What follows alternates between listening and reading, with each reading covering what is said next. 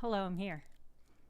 Hello. I don't know if anybody else is here, but I'm here. That's the important part. Get myself a little sake juice box. Gonna have a little bit of sake during the stream.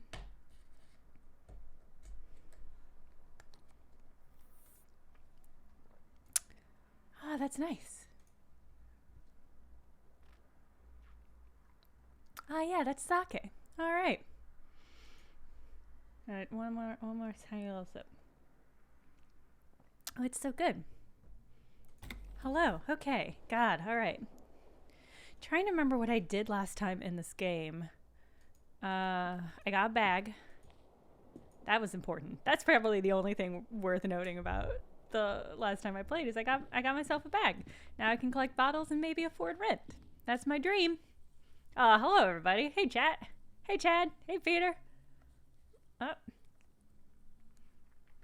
Hello other peoples whose names I don't necessarily know because it's not obvious from your username. But hello everybody. These are all locked.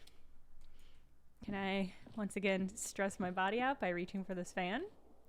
The most important thing, so I'm on day 2 of this game finally. Did I just hurt myself? The lights are on. Okay. The most important thing to do in this game today is go pick up my custom dice from Lena, the custom dice maker. So I guess it's early though. I don't even know if she's open yet. That's definitely the most important thing. Hey Vapor Eyes, thank you for the subscribe. Welcome to the 3-month streak.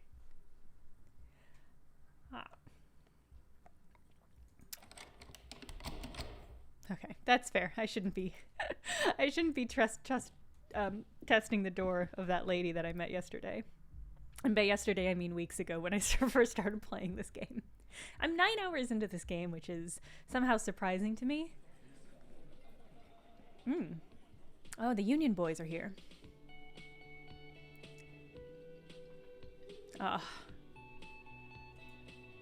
And Kim's already up and around. He's so responsible. We should think about calling it a day, maybe. The nights are still miserably cold this time of year. You could always snuggle with me, baby. I don't know why I've decided to flirt with Kim. I don't know when or why or where. Oh no, Can I help you?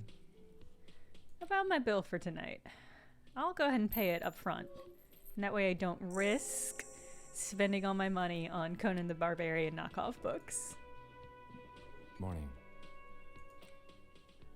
Looks like we can get to work at once. The Union muscle has turned up. They look rowdy. We should talk to them. It's so early for them to be rowdy unless they're rowdy from the night before. What do you mean rowdy, Kim? I mean ungovernable. Martinez isn't exactly enthusiastic about the RCM being here. They prefer being policed by the Union. These men here, men who drink beer for breakfast. There's talk of an armed wing of the Union called the Hardy Boys. Ha! Who are responsible for said policing. I believe it's them. Interesting.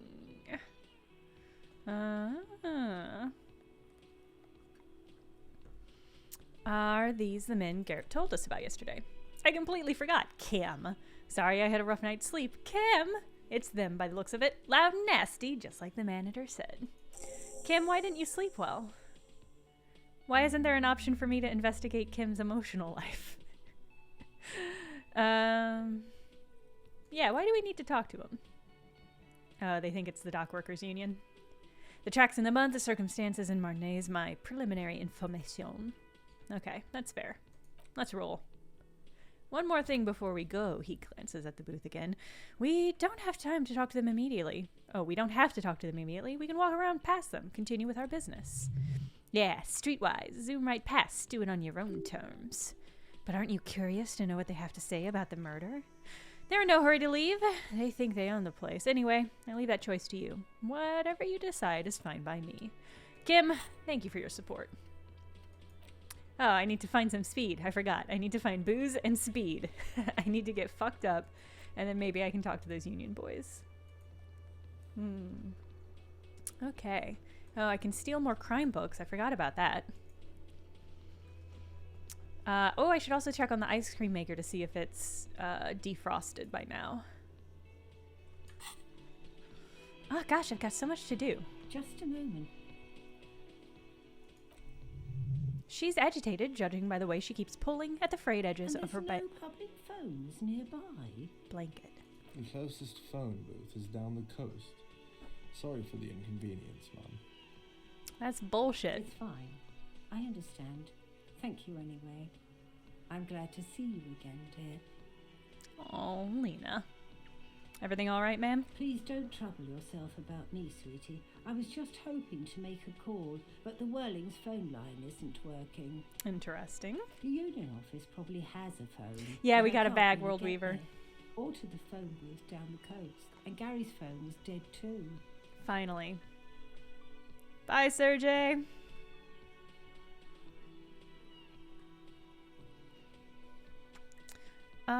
Yeah, what's wrong with the manager phone? was vague about it. He always is. He's a jerk. Why would he be vague about phone problems? This is something to look into. Maybe ask Garrett, maybe. To let the young woman who's house sitting for us know that we may be delayed. Morel, my husband, and Gary were supposed to be back on Monday night, but they're still missing and I haven't heard from them. Uh-oh. I was also hoping she'd heard from Morel. Uh-oh. A little missing persons puzzle might be just the thing to take your mind off the hangover. Am I still hungover? I didn't drink anything yesterday. I did lick at a dried puddle of rum, but that's not enough to get me hungover. Okay, I'll bite. Has your husband gone missing before? That's just it. This isn't like him at all. He always plans his expeditions so carefully. Oh, did you run afoul of a crypto have more zoo? important things to worry about. That's not true, Lena. I mean, there's a murder, but that's not important. What is this expedition your husband was on? Just some field work, sweetie. Morel is a highly trained scientist. He and his assistant, Gary, are studying an extremely rare species of insect. So rare it's fake? But they should have returned by now. They were just going down the coast across the waterlock to set a few traps. He said they'd be back on Monday. What could be keeping them? Wait, who's this Gary person? Do you trust him? She smiles. Oh, sweetie, it's nothing like that. Gary's as loyal as they come. I trust him with my husband's life any day. Could there be a problem with the traps? I doubt it, sweetie. I like that she calls me sweetie with every sentence. The traps aren't big enough for humans to get caught in them. They're for insects. Anyway. Let's see. Spice up that vanilla murder investigation with some science fiction. That's what the recommendation is. Well, this sounds like police business. I will definitely help you find your husband. Lena, you're great, and I will absolutely do it. Kim, be chill. We definitely have time to go off chasing after a bug hunter. I don't plan on solving this murder anytime soon.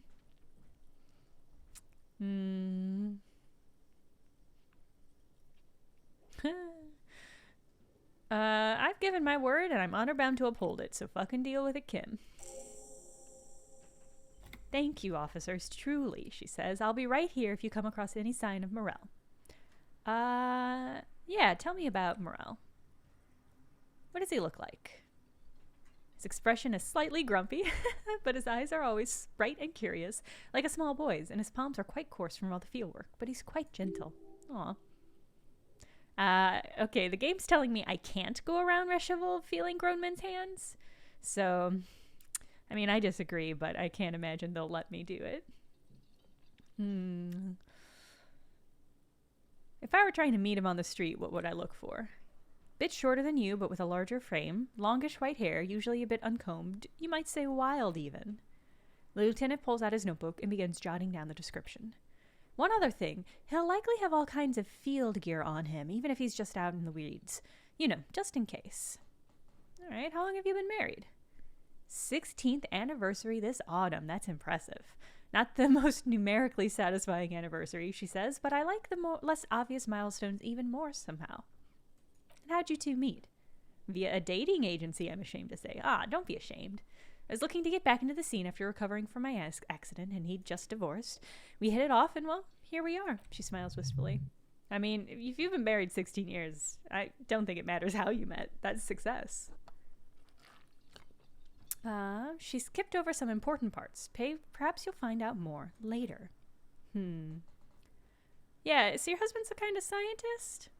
Oh, yes, she says with a pinch of pride. A zoologist. A cryptozoologist, to be more precise. There could not be a bigger gulf between what a zoologist is and what a cryptozoologist is. Generally, Jenna, good luck. If you figure out what Disco Elysium is, please let me know. I'm still grappling with it. It's a pseudoscience that attempts to legitimize research into mythological beasts and urban legends. The lieutenant sounds unimpressed. That's one opinion, yes, and people are entitled to their opinions.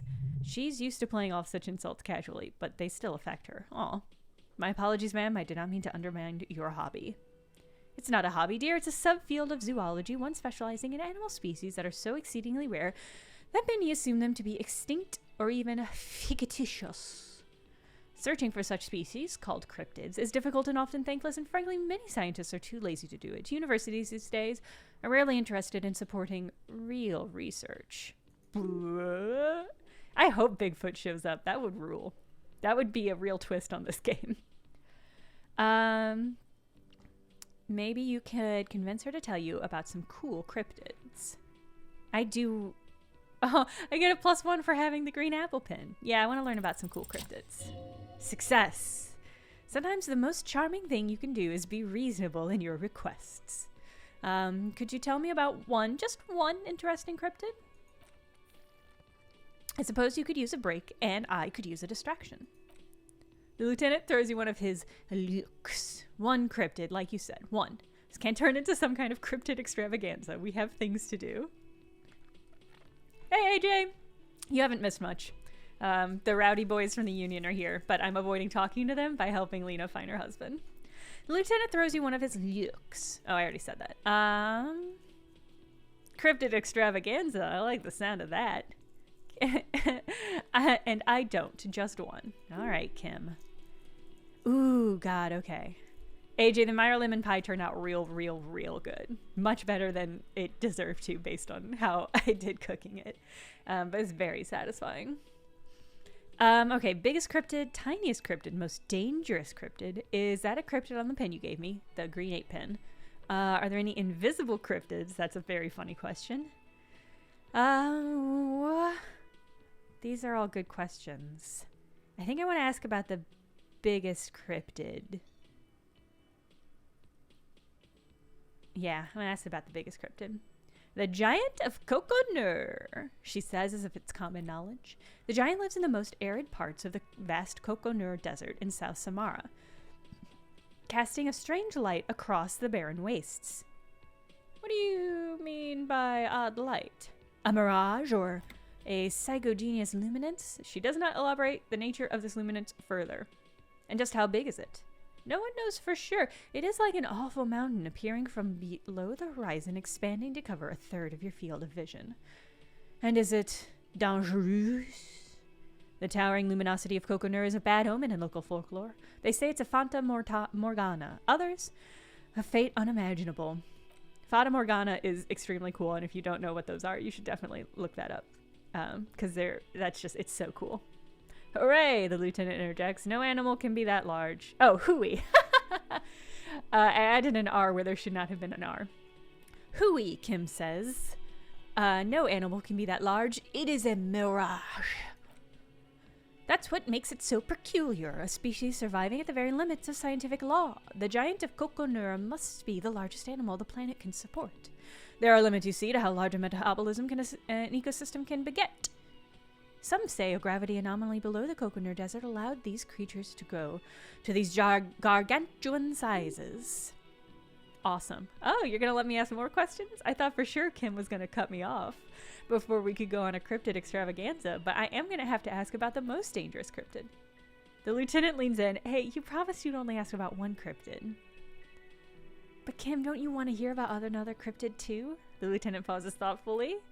Ah, fuck it. Let's have more cryptids.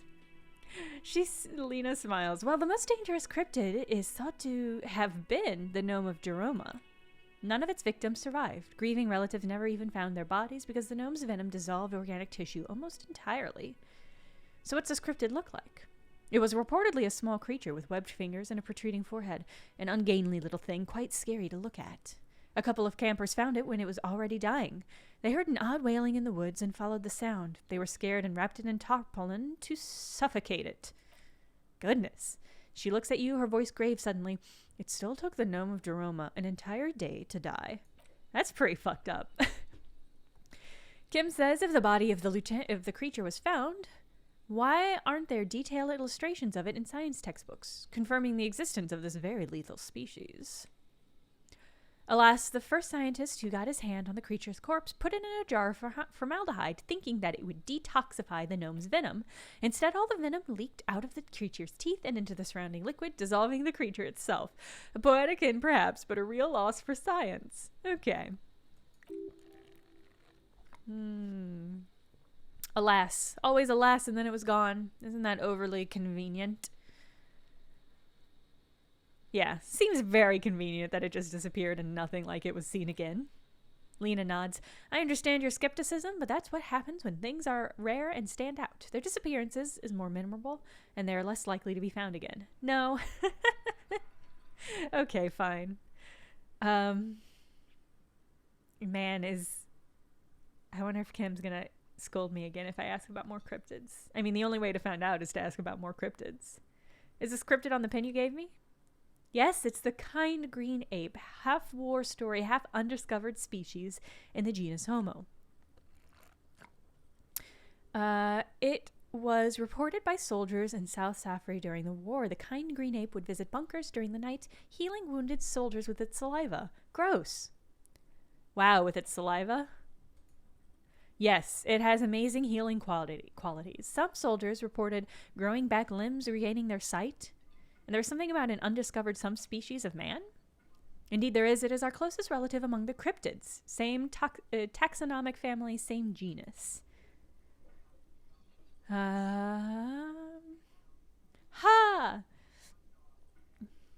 Which is to say, the kind green ape is a species with which we share a common ancestor, and that evolved parallel to our own, just like your partners. I'm pretty sure Kim is the same species as us. To suggest otherwise is stupid. I'm sorry, Lena, I love you, but come on. The lieutenant looks at you, pleasantly surprised. Oh no, I didn't mean to imply that sea lights are inferior to us. In many ways, you are superior. Lena. For example, your earwax doesn't have foul odor like ours does. What are you saying? Does Lena think Kim is a cryptid? A tremendous evolutionary advantage, I'm sure. But perhaps we've had enough speculative biology for today. Yeah, Kim, you're right. I'm sorry. Weird.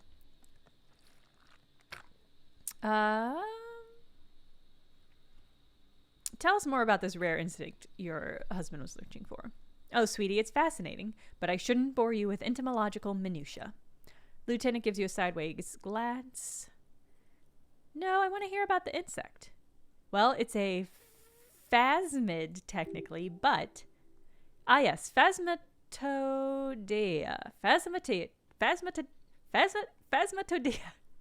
A diverse group of insects whose bodies resemble twigs, leaves, that sort of thing. Ghost insects, colloquially. That's dope. Where other phasmids imitate sticks or leaves, this one is a living reed. It disguises itself among the reeds here in the Insulandian coast. She looks at you in the eye and nods thoughtfully, hence its name, the Insuladian phasmid. Perhaps you'll end up co-discovering the phasmid with us, officers. I knew it, Kim said. We're going to be chasing made-up insects with cryptozoologists. That sounds great, Kim. I don't know why you're not on board. It's not made up, officer, I assure you. It's simply elusive, so much so that most established zoologists doubt it exists at all. What makes you think the phasmid is around here? Well, some teenagers making out in the reeds saw one. They didn't know what it was, of course, but there was a brief article in a local newspaper about their encounter with a ghost insect that looked like the reeds. Gary sent us a clipping. So newspaper clipping is all the evidence you have. Of course, most phasmid sightings turn out to be false alarms, but their description matched the Insuladian phasmid perfectly, and they didn't even know what they were looking at. Enthusiasm has wiped the worry from her face. Aw, her eyes sparkle behind her glasses. You seem really excited about this cryptid. I suppose I have something of a personal connection to the Insuladian phasmid. All scientists have their little hobby horses. Does it have cool powers? Yes, it can blend in almost perfectly among the reeds. Her face lights up at the thought of it. It's how it's stayed hidden all these years. Centuries, even. Probably longer than that if it's its own species. That's not special at all. Of course it blends in. Most insects do. You don't even have to be in a stick insect for that. Savoir-faire, I disagree with you. Is it valuable? Oh, I doubt it. No one gets into cryptozoology for the money. Okay, so what's so special about the stick bug then? Oh dear, I'm afraid I'm not explaining it very well. It is very special. Her face flushes with embarrassment. Morale could explain it much better. I wish you could hear him describe it. Then you'd understand, I'm sure. Alright, that's all for now, ma'am. Hey, Quanta! Hello. I was going to talk to you about something. What was it? Oh, it's about your phone. What's up with your phone? Oh, I saw a sign that I couldn't go. Oh, yeah. So the phone line's dead, buddy? Yes, and the phone company is taking its sweet time sending someone to fix it. Losers. Is it true there was foul play? Who told you that? I would never disclose my sources. That would be dishonorable. Fine, yeah, it looked like somebody had messed with the wiring. It was shortly after the hanging, but I don't know if it's at all related. Plenty of assholes around here who aren't murderers. If you do find out who cut the line, though, let me know, so I can forward them the repair bill. Oh, I saw a sign that said I couldn't go into the kitchen. Why can't I go into the kitchen? Is it because I'm not wearing pants and that's unsanitary? What are you, a cook now? It's none of your business. But there may be something pertinent to the investigation in the kitchen. He rolls his eyes. He wasn't pan-fried, he was lynched. What could the kitchen possibly have to do with? Fine, okay, the kitchen is closed until 1300 because the cook is working. You can snoop around after that, if you must. Alright. Great talking to you, Gert. Bye, World Weaver. What's your deal? Let me handle this. Oh, the woman says to the crowd in the mess hall before turning to you. Detective disorientated. She Are you smiles still coldly. wondering where you are? This is Martinez, in case you've forgotten. I advise you not to overstay your welcome. That's implying I was welcome in the first place, which I was not. Her entire character has shifted. This young woman is cold as ice. Yeah, this is the gardener I met yesterday. She gave me these cool yellow gloves I'm wearing. I don't know what her deal is. You're the gardener. No, I'm not a gardener. I'm a legal counselor for the Dockworkers Union. So let's get to it. You're looking for Titus Hardy. You think he has information that will help you? Maybe he does. I did not know we were looking for somebody named Titus Hardy, so this is actually a great clue. Thank you, Elizabeth. That's Titus. Talk to him. But know this. I'll be keeping an eye on you. No strong-arming, nothing official. The District of Martinez does not recognize your authority to make arrests. It doesn't matter if you recognize our authority. We will make an arrest if we have to. She says nothing. Her glare speaks for her. What if I want to talk to you and not Titus? What do you want to do is of no significance, officer. Don't test your authority. In Martinez, you are no one. So what's your role in all this? Like I already told you, I'm a legal counselor. Do you have hearing problems? Fine, I'll talk to Titus. I do have a point that I could level up with right now, but I kind of want to see... I mean, if there are any questions that I fail while talking to Titus, then maybe I want to save my XP and give myself a chance to immediately This is where retry you it. say your bits. A broad-shouldered man points at you with a beer can. Detective? The lieutenant acknowledges you with a sharp note. He's leaving it to you. We need to talk to the man... we need to talk about the man hanging out back. This is about him? A real looker, that one. You're sure taking your time, waiting for him to get all ripe and pretty for you? Huh? I'm just not very strong. Oh, he's a real pretty boy by now. Real hot stuff. Letting out that pretty boy smell. Time to go to work in the shit factory. Easy, boys. These janitors have a hell of a job cut out for them. I mean, I wouldn't go in there for a million. He slaps his forehead. You might want to start asking your questions now. It's not going to get better than this. Ha! Do a head count first. Connect these men to the tracks you found in the yard. Chances are they're going to match. Scan the room. Starting with the right, boot size 44, blonde man in his 30s, overbearingly masculine. Theo, sitting on his right, standard work boots, 45 or 46, eldest in the room, probably mid-50s. Smoker, quiet. Alan, across the other table, hobnailed working boots, size 43, gang tattoos, mesquite or Sarah Marizian, in his late 30s or early 40s. He spent his youth in Villalobos, housing project in the Dramrock Quarter. There were incarcerations. Hard to say what else. The ink is fading. And then, Titus, standard working book, steel reinforced toe, size 46, the big dick. Wide at the shoulders and lean at the hips, rugby cap, fingerless gloves, and numerous scars, a little under 40. The emblem on his vest says Rowing Club. A little patch below it reads T. Hardy, Captain. In the far corner, Eugene sits, standard working boots, steel reinforced toes, size 44, 40-something, non-alcoholic beverage in hand. Is that a plectrum? Where? On his neck. Forget it. It's not important. I don't know what a plectrum is. Let's call this one the musician. Shanky. Shanky, size 44, with a light step. Not a child after all. An old man with a rat face, mean watery eyes, and 2 front teeth missing. Fat Angus in the middle, heaving and wheezing. Big guy, boot size 46, deep marks. Probably carried the victim over. He alone is 130 kilos. Add the man in armor, and you could easily exceed 220. In conclusion, these 7 are the actors on the crime scene. Their footprints were theirs, but there's a discrepancy.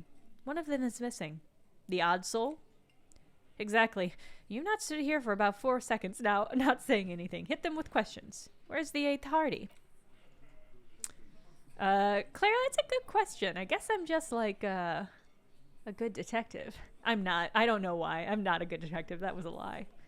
Thank you, Burnswell. A plectrum is a guitar pick. That is very good to know. Thank you. The fuck is with you, fella? Titus is staring at you with his head tilted. I found 8 sets of footprints, but there's only 7 of you. Where's the 8th Hardy boy? What are you talking about, madman? There's no 8th Hardy boy. There's 7 of us, and we're all here. He sizes you up. I wonder about Elizabeth's shoes. Or what? You want to be the 8th Hardy boy? We ain't hiring. He shakes his head. Actually, boss, we've been talking, and we think she could maybe... She? So there is an 8th Hardy, and it's a Hardy girl. Who might it be? Elizabeth, the gardener? Shut the fuck up, Glenn, he roars. I do the talking here. Now what the fuck do you want, Cap? It has to be good if he won't let you pursue it. Looks like the lieutenant thinks so, too. So let me get this straight. There is an 8th Hardy boy. It's she, and you don't like us talking about her. That's right. We're not talking about this. This is private Hardy boys matter. Nothing to do with your shit. And, he points to the lieutenant, you're not cops here. Don't go digging around if you don't want a bullet in the back of your head. I'm watching you. Good. We're all watching each other, Kim says. Officer, your questions? The man hanging in the backyard. Did you do it? Just a straightforward question. The pretty boy? He takes a sip from his can. You guys really love talking about that pretty boy. I mean, that's what we're talking to you about. Why are your boot prints all over the scene? You mean these boots? He raises worker boots, size 46, steel reinforced toe. We all got a pair, he squints. We wore them the night we took the pretty boy out back and hung him by the neck.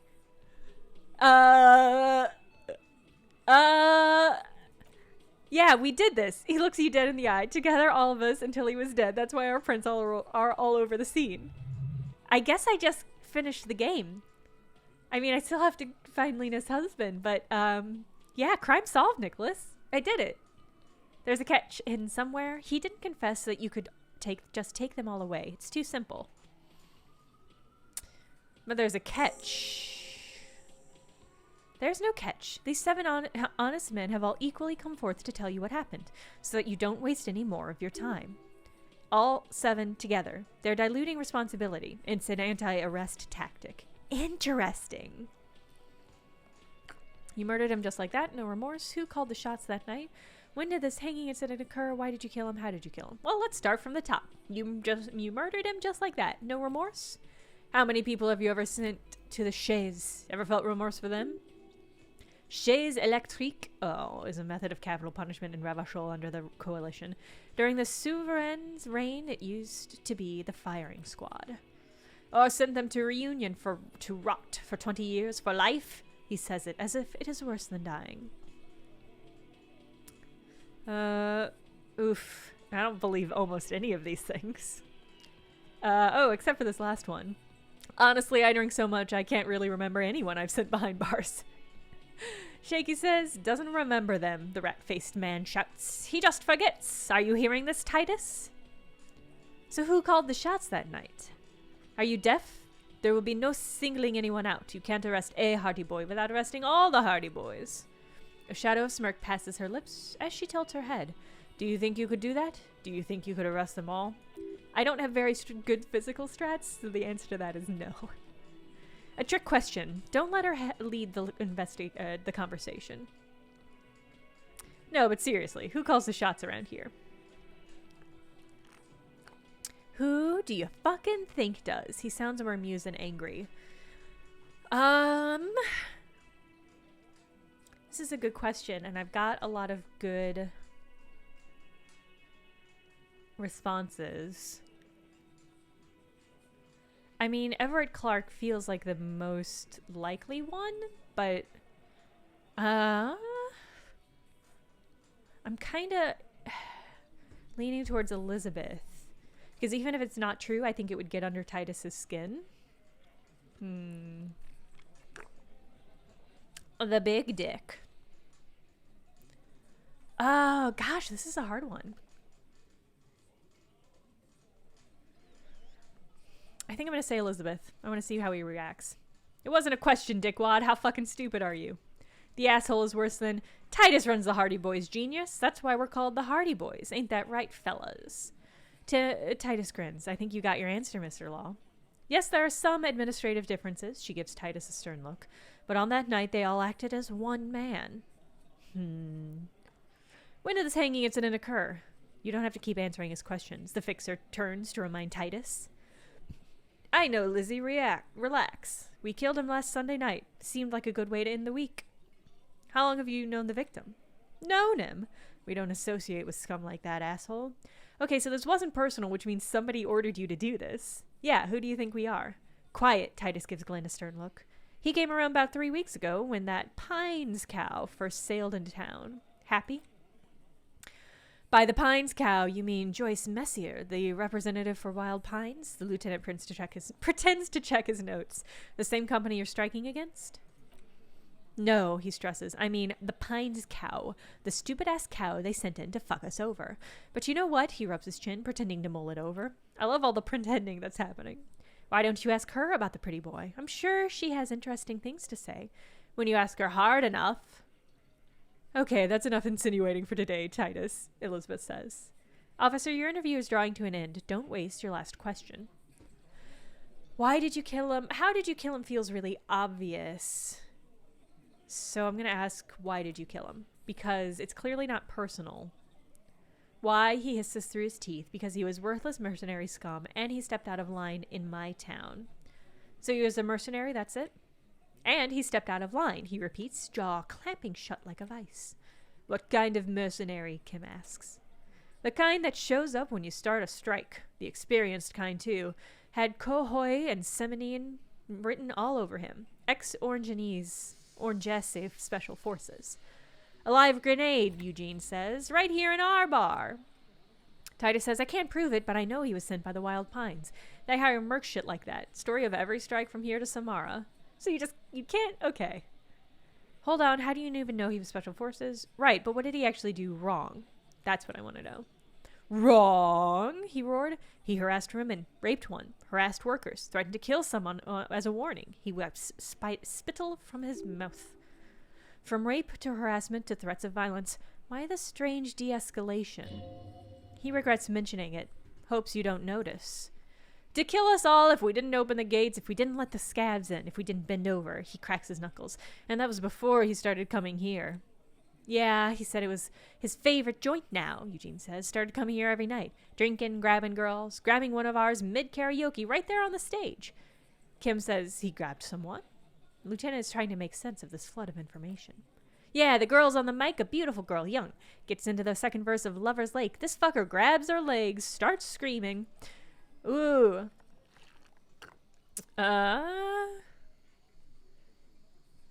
Alright. Was this the same girl who was sexually assaulted? Raped, you said? Aren't you fucking listening? The man is talking to you. He took care of it. They got the girl out before anything else could happen. Yeah, me and Eugene got her out. Aren't you fucking listening? He repeats like a parrot. There's something odd here, I'll say. Seems like they don't want to talk about that rape Titus mentioned. Why not? It's a serious allegation. Make them talk about it. Yeah. Right, but who did he rape then? This is a very serious allegation. No, Titus says. There's a moment of silence. You're not getting a name. That's a Martinez matter, and I'm not discussing it with you clowns. Interesting. There's nothing you can do for now. He's stonewalling you. Oh, I failed a volition check. Huh. Interesting. Yeah, this is the thing, is like, I don't trust them. So I don't entirely know what to do with this information. So what are we going to do now? Concluding the questioning. Nothing. Her reply comes sharp. Your investigation here is done. Leave Martinez. Go back to your station where you belong. I think we're going to stick around. Thanks. Some things don't add up here, Titus. I've done this job for long enough to know that people don't just confess to first-degree murder, even if it is a group responsibility. We're going to look into this. Yeah, this is all...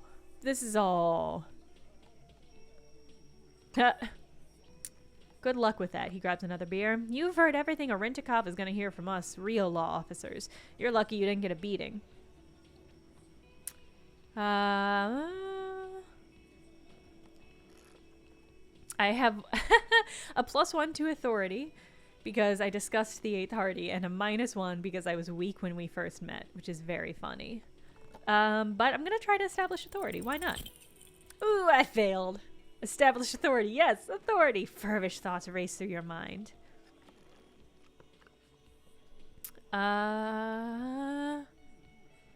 I'm the only thing keeping this town from going to hell, and you're not helping. Point your finger.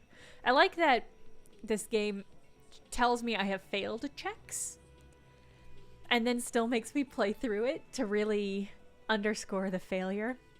And what exactly is it you've been doing so goddamn special? Shitting yourself in front of us? He leans in. Going around harassing kids on the street? Kids who've done nothing wrong.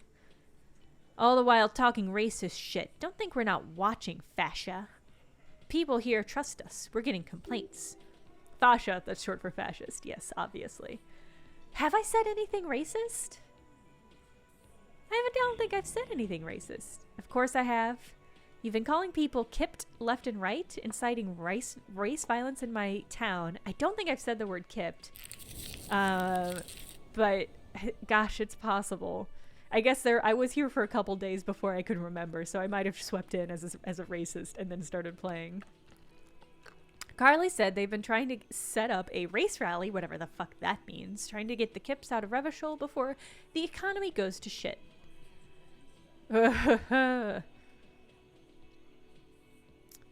That's a lie. There is no race rally. Sure there is. Carly said they're bulk purchasing confetti, ribbons too, and loudspeakers. He shakes his head. And fireworks. Carly's works at a carnival shop, you see. I have lost the thread of what is happening. Get the fuck out of here, you racist carny. Titus points to the door. There'll be no race rally in my town. Kim says, what happened? We've got absolutely wiped. Let's go before it gets worse. Yeah, let's get the fuck out of here. That was all a lot. Okay. What's this dude doing here? Yeah, Titus might be okay. I mean, he's terrible, but he might be okay.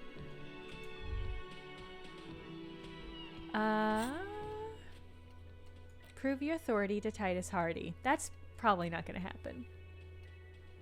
Start by going to the canals if I want to find Morel. Oh, right. I have to get high and I have to get drunk. first, I've got to pick up those dice. So I should have hopefully I have enough money to pick up my dice. Jam mystery. Gosh, there's so much. Oh, right. Special borscht. Maybe I should investigate the kitchen for deets about the special borscht.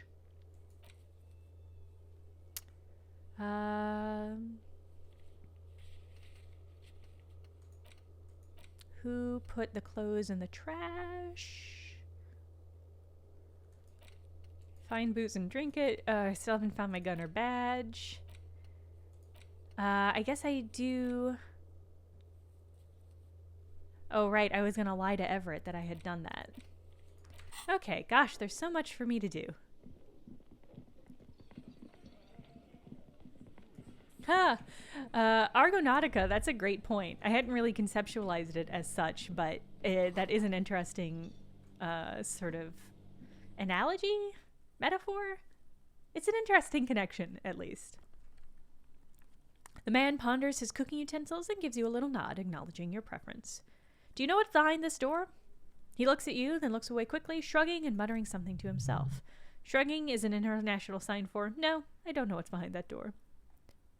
Hey, what's in this borscht you're making? The man says a couple of sentences in a strange language of his, and then seems to wait for you to speak. I'm pretty sure he asked you a question. He doesn't know your language. You can just say something cool in return. Sorry, I don't understand you. Just one word. Sounds quizzical. Then he awaits your answer with an arched brow. Mercury rising. I have headphones on. I can't run my fingers through my hair. The man looks at you, then at the soup. His face lightens up. He picks up a bottle from the shelf. Bashka needs more vodka? Okay, so it's vodka that keeps the men happy and in good spirits. Clever move by the Union. Of course, it's vodka. Now that makes a very, very special borscht indeed. Turn it up and then ask for some yourself. Oh yeah, I can get drunk on borscht. Turning it up seems like a dangerous idea, honestly. The place is a powder keg. Yeah, turn the vodka up. He smiles, nodding vigorously, then pours half a bottle of vodka into the pot. With a whistle, he stirs the brew. Could I have some of that brew? Amazing. He smiles and nods enthusiastically, and chattering away in his language, ladles some brew into a small thermos cup. Then he hands it to you. Awesome. God, I can't wait to drink that. Leo said you're friends with Manana. Is that true? The mention of Manana gets his attention. He smiles and delivers a whole slew of unfamiliar words and lively gestures. Then he falls silent again. I don't think there's anything I need. Stay masculine. And that's how you end a conversation.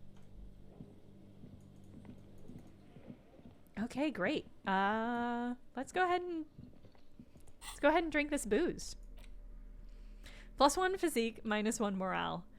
Yeah, I can take it. I don't have any stuff to heal my morale, but that's probably fine. Oh, okay. Uses left 3, and I can just carry it around. That's perfect. Okay. All right. Well, hello. Someone seems to have found themselves a bottle of alcohol. Here's where the magic happens. Look at the bottle. Light reflects off the thermal cup. The borscht may not look like much, but doubtless it'll get the job done. Better pop it open before it gets cold. I didn't have breakfast in the game. So, wow, the gods of mass production have made this alcohol container laughably easy to open. A child could have done it. Should I, though? I might have a teeny-weeny heart attack problem.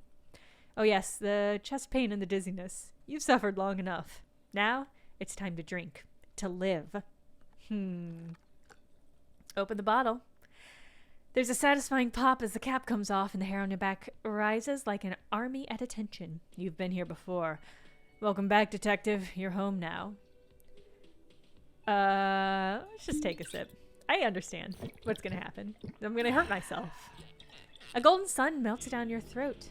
Its rays filling your nostrils with sunshine. Your stomach melts from it into a happy, gooey mess. So does your mind. All the bad things are melting. You're you again, a real cop, a real detective. Incredibly done. This is incredibly sad. Bye, Project Marley. All right, substance used. Find booze and drink it. I leveled up. Oh, I have 2 XP or 2 stat points to spend now. At the bottom right of the corner, there's a drink button. It gives +1 to physique skills. This is good before rolling a white check, but damages morale. And remember, from the void we came, to the void we must return. Great. Okay. Well, God, okay. I've got 2 experience points to spend. Let's go ahead and drop one of these now. Maybe an authority?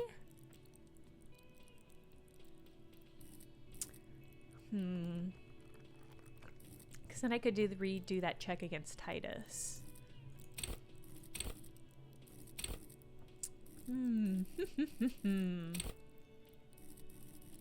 Yeah, let's go ahead and do it. And then I've still got 1 level in the bank. Alright, let's go. We'll talk to him again. Everett isn't paying you enough for this. Looks That's like almost the certainly circus true. left town, but the clowns are still here. Ha ha ha ha ha ha. Alright, this is still low. I don't think I have anything that can increase my authority, so let's just go for it. Check failure. That's fair. This time it's gonna work. You already ruled out the first bad option that didn't. Turn to the lieutenant. Kim, I need your gun. Kim says why, which is fair. This is not what he thinks it is. It is a great idea. Everybody calm down. This is only a demonstration. Kim, the gun, please. What in the name of fuck are you doing? Kim says, but I don't want to give you my gun. The fuck is happening, Titus? What are they whispering about? Easy, Shanks, Titus says. I want to see where this is going. Oh, I love the ominousness of trust me, Kim, I am merely flesh. Trust me, Kim, I am merely flesh. Kim says merely what? He didn't catch the last word. A brief moment passes in silence and then... Be careful, it's loaded. Wow, he gave me his gun. He unholsters and gives you his firearm. It feels oddly light and buzzing in your hand, like a fun toy. Good, now put it in your mouth. Whoa. I'm probably not going to do that. But I want to point it at them. Everyone knows how to do that. You're a special man. You're going to point it at yourself. Go ahead, show them.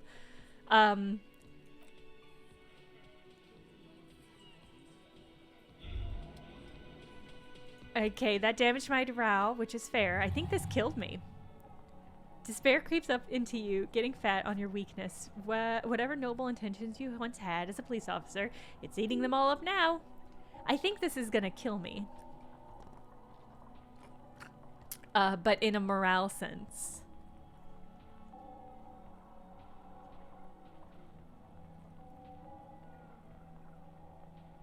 I'm seriously running out of shits to give. Let courses hang on the trees. I'm quitting. Fuck you. Kim says, fuck me. Please leave the rage you have for after we finish the investigation. Nothing you could say would make you feel any better now. Cop gives up the detective genre for social realism.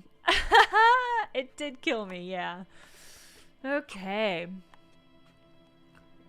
Another police officer resigned from the RCM following a nervous breakdown. He now lives under a bridge, drinking and occasionally throwing excrement and passes fires, shouting, I never loved that woman. Okay. I did not do a good job saving, but thankfully it auto-saved after we were done talking to Titus. Oh, boy. What a way to go. Almost every ending that I've seen so far is an ACAB ending. Alright, I gotta talk to you again. So I'm just gonna click through this real quickly.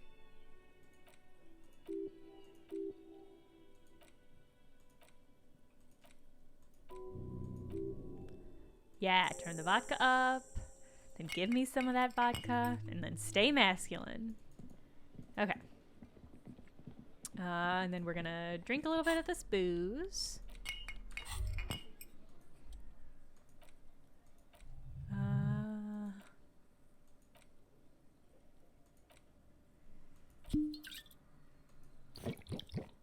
All right.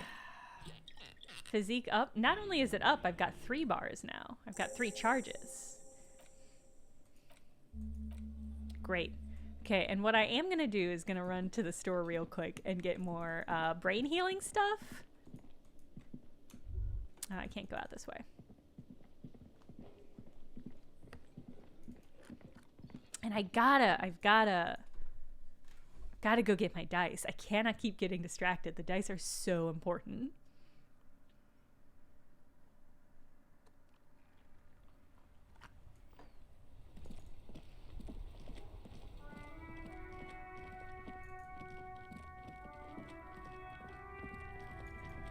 Okay.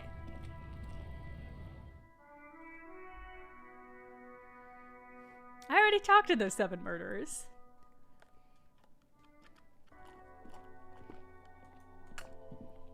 Hello, I need to order some of your drugs, please. I wonder if they have any speed here. Can I buy some speed?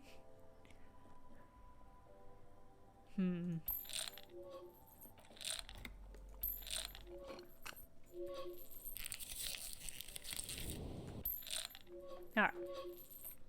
Perfect. Oh wait, do I have any bottles to turn in? Yeah! Alright. Oh, I'm drinking, it's called Lucky Dog Sake. It's a little sake juice box.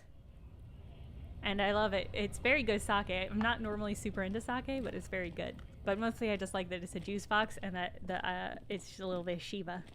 Cute little Shiba. Okay, let's get these dice. Let's check the basement to see if I can open the ice machine and then get those dice.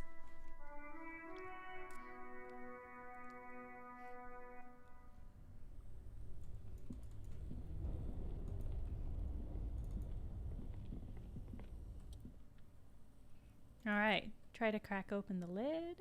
A pry bar would be handy here, yeah. A super pry bar. Yes, I forgot to put the pry bar in my hand. I'll do that now.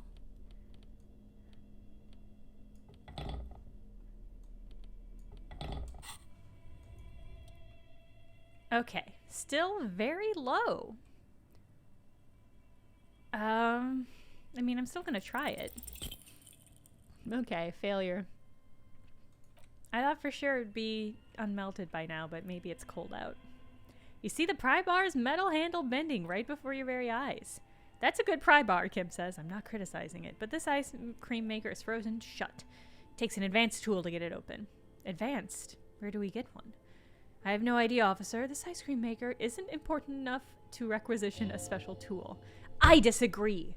Sooner or later, we will stumble upon a tool mighty enough. Then we will know it's inside this mysterious ice cream maker. Feels like it's gonna be something underwhelming.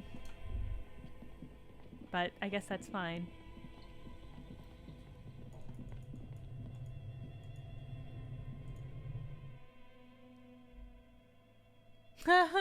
Chad, yeah, you make a great point.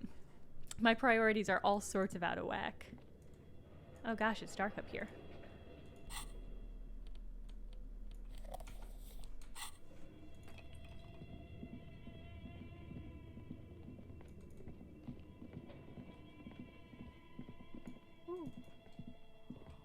Hello. I came back to pick up my dice. Oh, wait. Yeah, let's do dice first. 7 reals feels like a very reasonable price for some custom dice. Cursed Ilmarin die.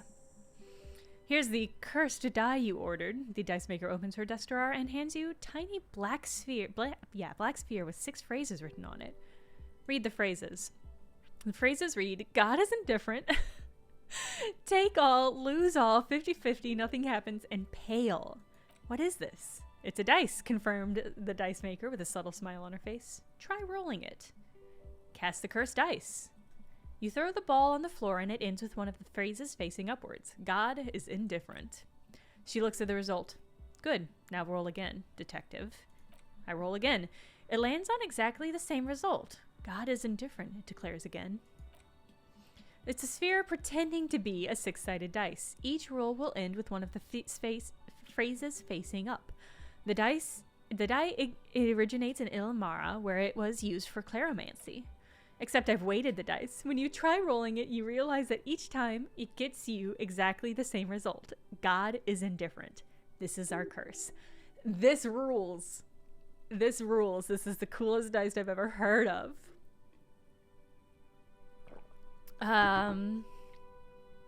Yeah, this is mega cool. I mean, she already gave me some police die. Thanks. I'll keep it. Good luck, officer, she says with a mischievous smile. This lady rules. Ooh. Oh, I've got an even chance now that I've got the dice. Well? You feel nothing. If anything, it's uncomfortably warm in here. I could start to take off my clothes. I'm already not wearing pants, though. Excuse me, what are you doing? The dice maker starts. Stares at you while you start to fuss with your pants. I must be fussing with my underpants because I'm not actually wearing pants. Officer, the lieutenant exclaims sharply. I'm trying to lower my body temperature, and why would you do that? It's part of this special technique I have. She squints at you, a little astonished at what she's hearing. And what technique is that? You still haven't gotten your zipper open. Okay, hear me out. Sometimes I get these feelings. Miss, I apologize for my colleague's behavior, Kim said. He's still recovering from an unusual medical episode. The novelty dice maker says, Officer, this isn't how mature adults deal with their feelings. It damaged my morale. No, it's not like that. It's like I can feel the wind or, I don't know, the air pressure, and the air tells me things. The air pressure told you to take your pants off in my studio? Well, this is not going very well, is it? Yes, exactly. Can you please employ this special technique elsewhere? Yeah. Sorry about that. I will. Thank you. Oh my god. That was so embarrassing. Okay, this spherical die with an octahedral cavity and a small internal weight will settle with one of the 6 phrases facing up. Take all, lose all, 50-50, nothing happens, and pale. It's made of bog oak burl, coloring it a malevolent black. Note, look at the map tab in journal to see which white checks have opened. Oh, okay. So this can affect some of my checks, which must mean there are some checks I can retry now. Spirit de corpse. Cargo container door. Oh, I can steal again. I forgot about that. I should go steal. Warded door. Barbell. Hangman. Okay. There's a lot of options. Okay. I might actually... Maybe I should redo all of these physical instruments and then up. Alright, thank you, ma'am. So sorry. So sorry about this. I'm just a mess. Let's get out of here, Kim.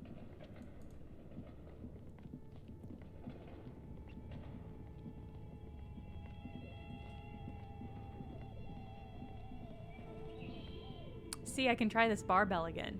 I think the last time I tried this barbell, it actually did fuck me up pretty bad. Physically. Still pretty low. But I am drunk, so I've got 3 charges of health, so let's fucking try it. That's a failure. Ooh. That's fine.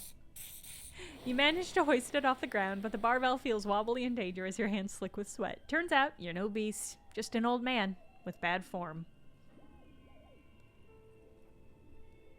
Fuck you, you stupid barbells. Oh, I damaged my morale. I was so angry I hurt myself mentally. Weightlifting was never my favorite either. The lieutenant is obviously handling you. At the station gym, I mean. I prefer running. It clears your head. The lieutenant steps away from the barbell, letting you recover in peace. Oof. I am just breezing through all of my heal items. I can't believe trying to... Yeah, Nicholas, I can't believe trying to weightlift while drunk didn't reward me in some way.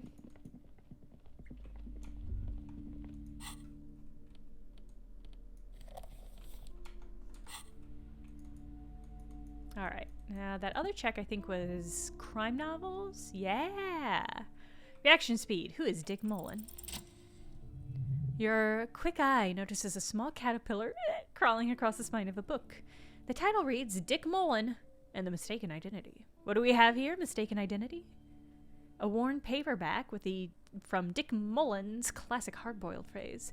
The premise seems to be that Dick Mullen is framed for the murder of his best friend and has just a few days to prove his innocence. Huh, why does this speak to me? Could be the motifs of unstable identities and shocking betrayals? Nah, it's gotta be something else. Perhaps you're drawn to the dark and noirish atmosphere. No, that's not it either. Is it because the smoking dame in the slinky red dress on the cover is giving you a hard-on? Yeah, that's it. Yep, this is the book for you. Oh, I guess I've got enough money that I don't have a lot of money, though. I'm not going to buy it. Oh, 108 echoes. That's good to know. The downside is that I have definitely a couple of times not healed and then died. Because I was like, well, I'll take my chances. I mean, I guess that's life for you.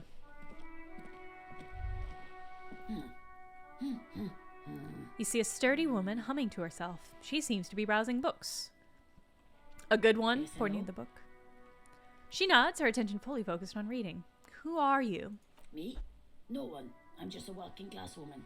All right. I mean, that is what her description says. It says working class woman, so... She doesn't really want to be disturbed that much. If she's a working class woman, why isn't she working? Yeah, no, This have a was good day. Tremendously useful interlude. Kim. You memorize the title. Lose 87 Radio City. Seems important. Does it, game? Does it seem important? Just go ahead and save.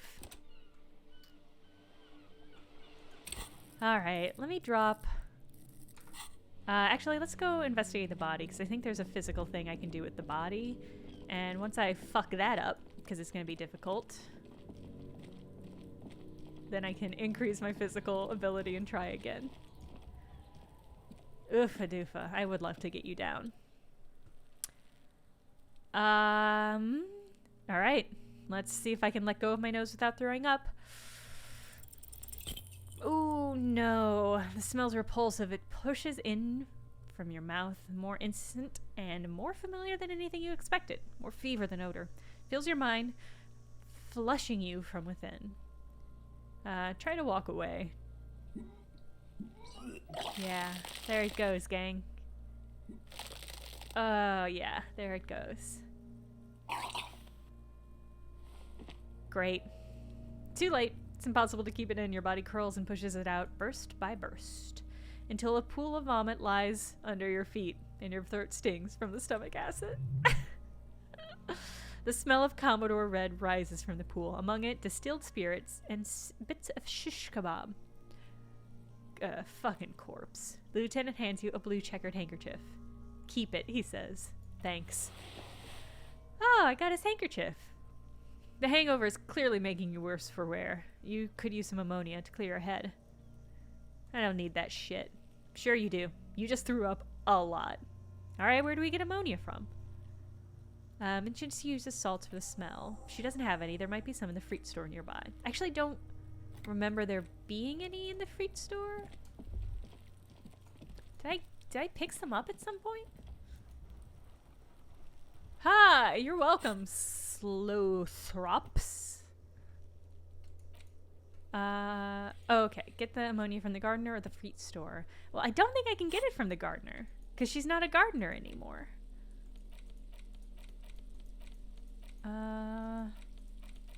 So I guess let's check the fruit store. Is there anything over there I needed? No. Okay. Oof. Yeah, the writing on this game is really impeccable. I find myself often, like, just reflecting at how impressively written it is. All around you, rain falls on the great city of Revachol. Rain drips from the eaves and floods the gutters, washing the filth away. The spring thaw must be here. The snow is melting. What am I doing? I love this overhead shot that we're getting. Looking up at the sky, cold water drips from your hat. What do I see? The gray sky like great battleships, clouds roiling with one another. Rain falls down on the world. How does it feel? Humid. Your coat shields you from the rain while the city shivers around you. What's in the west? Sheets of rain over the water, flights of stairs leading into the ocean, wave after wave washing the coast of Martinez with its motorboats and gently swaying reeds. Ruins a half-sunken seaport crumbling on an inlet. Beyond the bay of Revachol, ghosts rise into the sky. Run your fingers through your damp hair. Your hair is an oily mess flecked with ash from neighborhood coal plants. Smokestacks rise somewhere in the distance. What's in the east? The great gates of the industrial harbor are locked. A chill runs down your back. You shudder like an animal trying to shake water from its hide. Shake your shoulders again. You shudder, looking down at your feet. Dirty rainwater runs veins into the plaza snow. Two great snakeskin shoes standing at attention on the mosaic paving of the plaza. What's north? Capeside apartments, tower block crowd at one another. 4.46 millimeter bullets still lodged in their war-torn stone walls. Hallways collapse from the motor hits of the war that was lost long ago. Clotheslines go to waste in the rain. Radios play. The morning news. And close to here, a yard. Rain falls onto the roof of a woodshed. Coal leaks into a puddle beneath a dead man's feet. He swings from a tree bloated. Droplets of rain slipping from his cold cheeks. What's the south? A traffic jam. Rain thumbing on the roofs of motor. I feel like maybe I was supposed to get this much earlier in the game. Like, I feel like this is my actual overview to what's happening in the game, and that I just missed it. Which is pretty funny that I'm getting it now, I guess. The snow melts in Jamrock. Where the hood, where the hood, where the hood at? Have a brother in the cut, where the wood at? Why am I not there?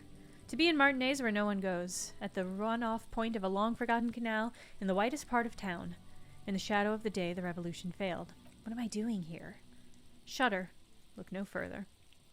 In the rain-swept distance above the rooftops of Jamrock, a repurposed silk mill stands perched above the motorway exit. Precinct 41 hunches in the rain. Your vision blurs. You wipe your face with your hands.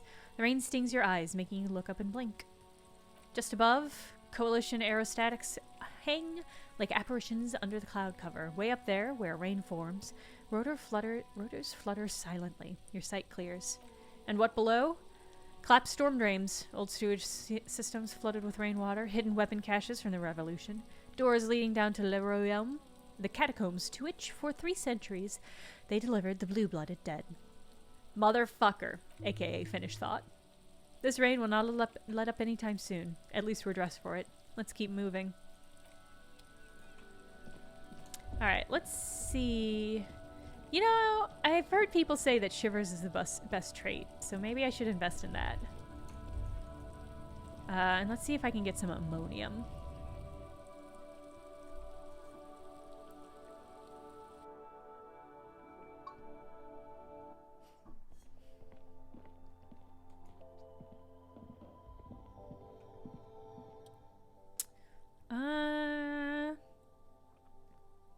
Do you have any ammonium? Yeah, there's like an ampoule somewhere. She waves her hands in the air absent-mindedly. I want some ammonia. Okay, don't like overdo it or something. Awesome. All right. Let's snort some ammonia and go check out this corpse again. Maybe I should talk to some of these people stuck in the traffic jam while I'm here. Specifically, I could talk to that one dude who was super dodgy. Oh no, I don't want to go there.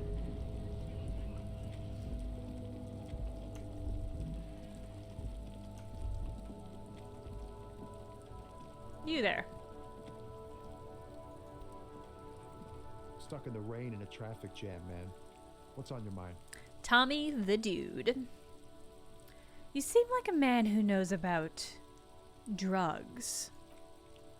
Me and narcotics go way back, Tommy says. He folds his hand behind his head and leaned back. Had some good times surfing the psychic waves of my own consciousness, you know? But he pauses, letting the memory dissipate. Those days are behind me. There are other addictions in my life now. Why the inquiry, man?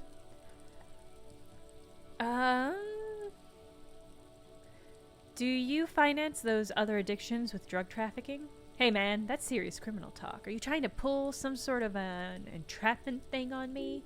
This is not entrapment. I'm just asking you. This is an investigation.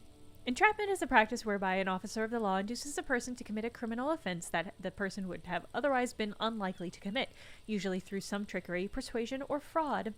What? No, of course not. Let me be straight with you. Trying to figure out who's smuggling drugs out of Terminal B. It's that second one. The lieutenant steps in. We have a credible lead, sir. Somebody on this roundabout is waiting for a bulk shipment from the harbor to load it onto their lorry and drive it into Jamrock. Not me, man. No way. I don't need any trouble. Shit's bad enough anyway. This jam's got folks up in arms, and I'm afraid it's headed towards a conflagration. Well, who do you think would be conducting the drug trade then? Look, man, I try to stay away from the criminal underbelly of Revachol. I'm a guest here. You really need to find another man to probe with those questions. We wouldn't say he's lying, sire. Alright. I guess not only does he not know about the drugs, he probably can't get me any speed to get me high. Let's go back up and look at this corpse.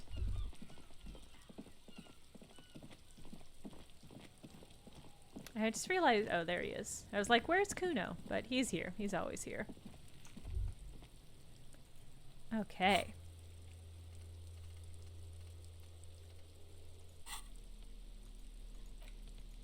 Yep. I want to take you. I would like to take you. This is a quest item. You don't have to equip it to use it. Just having it into your inventory is enough.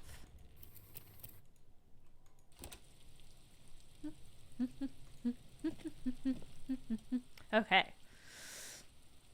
I get a +1 for having ammonia, and a +1 for waiting long enough. Still very low chances. But let's do it. Ooh, the ammonia only makes it worse. Oh, I rolled so well, too. The combination forces tears out of your ducts. You managed to keep it in once. The second time, not so much. Yeah, that's fair. Ugh. Spit and say nothing. Are you okay, officer? Kim asks. You're facing tough odds here. It's aggravated further by alcohol withdrawal. That's not true. I had some alcohol, Kim.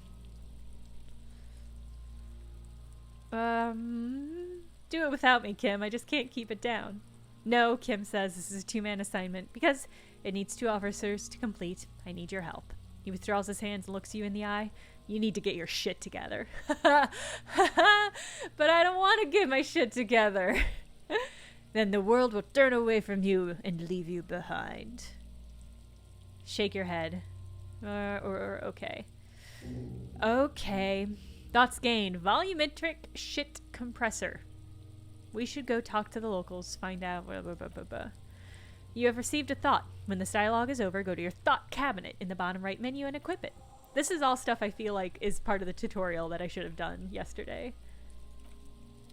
Alright, let's go check my thought catalog.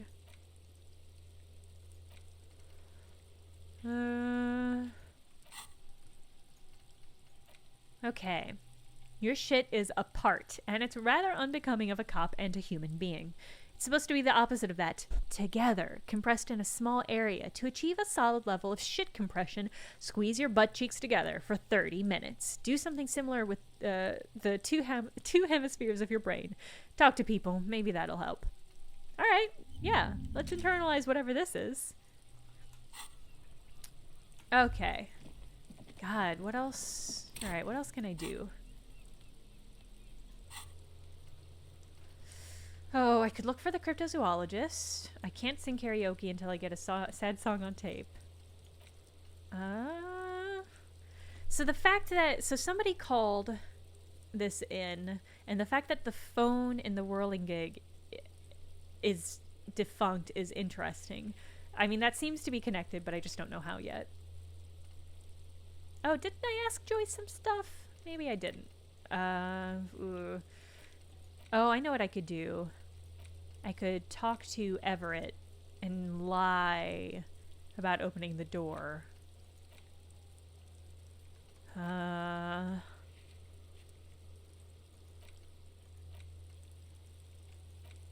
Yeah, I could do that. Oh, did I? I don't think I retried my authority. Oh, that's because it was really upsetting when I did. So maybe I won't do that yet. Let's go ahead and increase one of my skills. Let me think about what I need.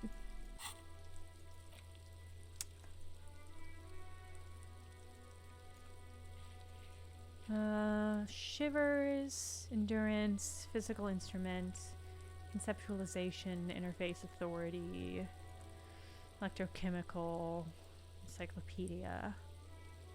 Well,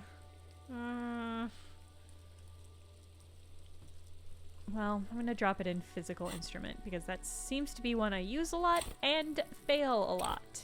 I already put one in there. This is a recurring issue. That's fine. Yeah, I think, Chad, I think you're right. I think the Union has a phone. And I have to go talk to Everett anyway, so let's go head in that direction. I don't know what other drivers I can interrogate about this drug issue.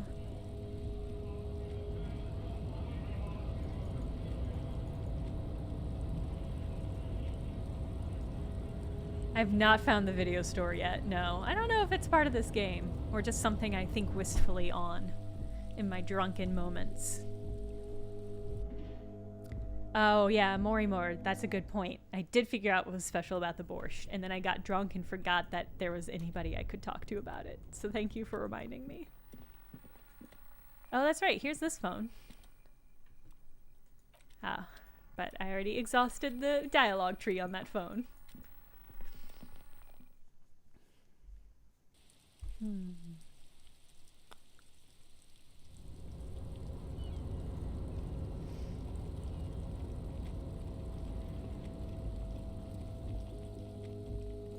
Ooh, that's right! Look at all this stuff I can take.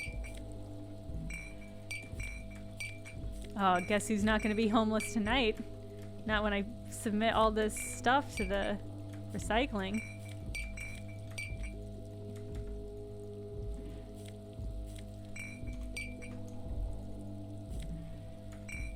Awesome. All right. Feel really good about that.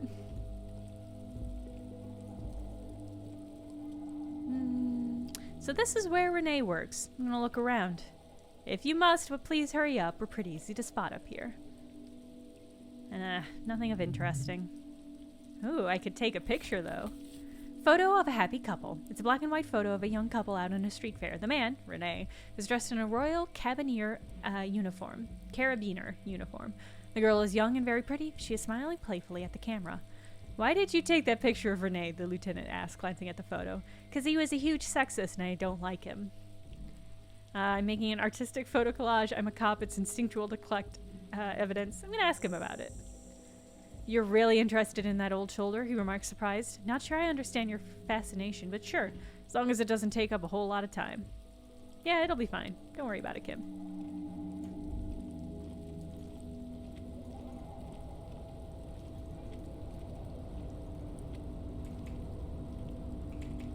Come on.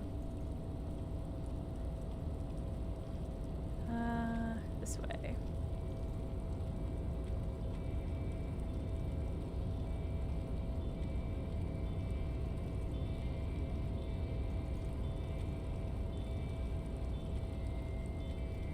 Can I redo any checks here?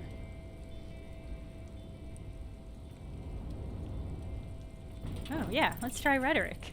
Okay, and as it's always been, it's impossible to open a container with rhetoric. Maybe you're losing your mind? That's fair.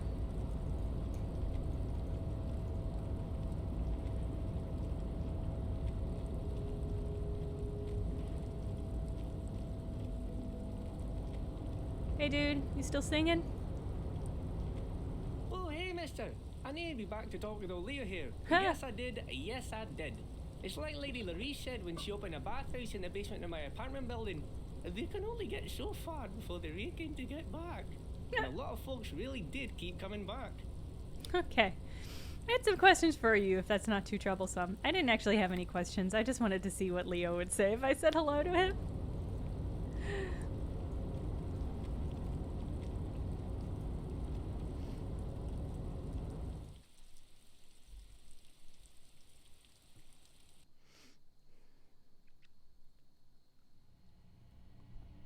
All right, let's talk to this asshole.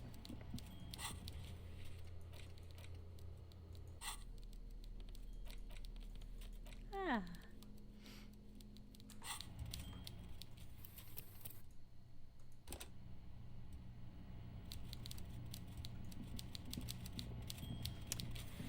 Hey, you jerk. Mr. Dubois, a pleasure as always. You don't have to sit down this time, since you're already sat on that chair. Weird.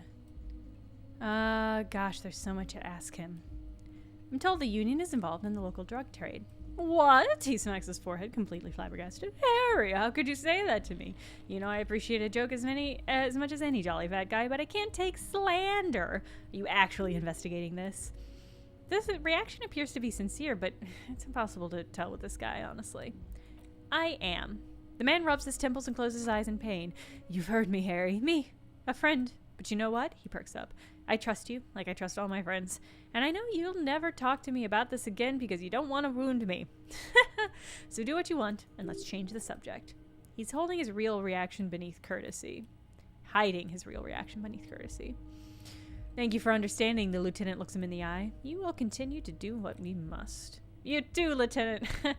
You know, I like you, but you never were my favorite. I'm a Harry guy. I'm Team Harry. None taken, Kim says, and then turns to you. Did we have anything else to do, Harry?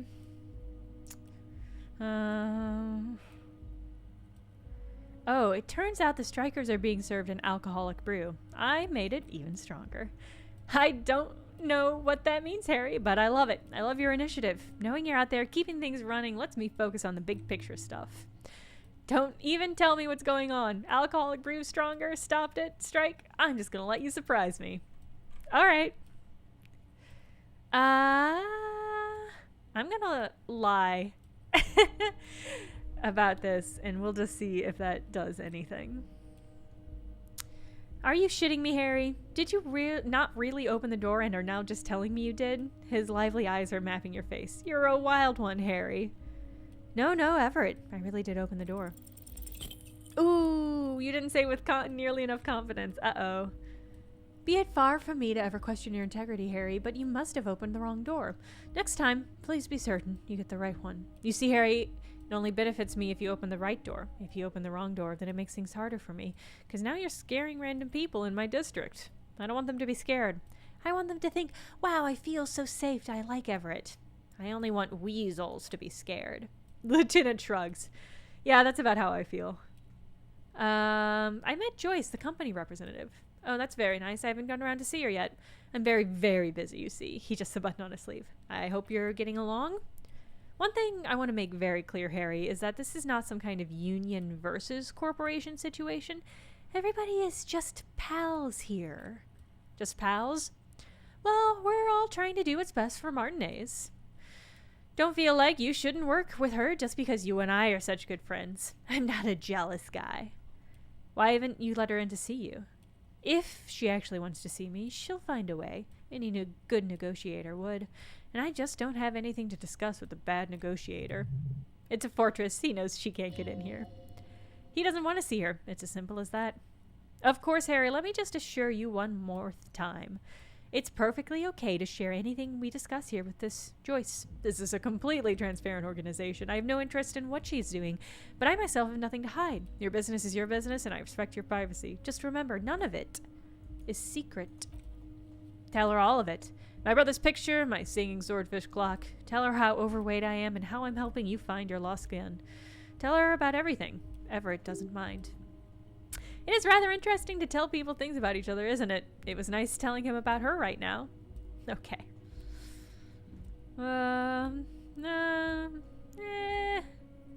Alright, we'll talk to you later.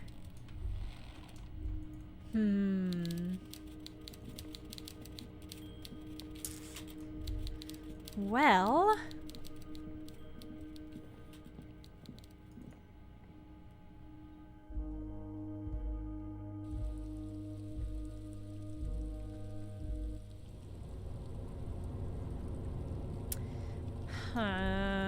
okay.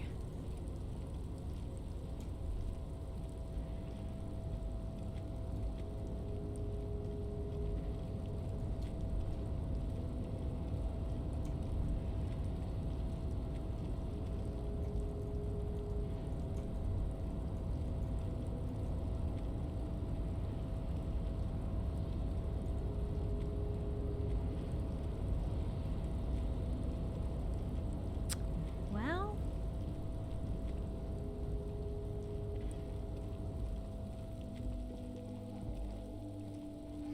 I guess I can drop off all my recycling.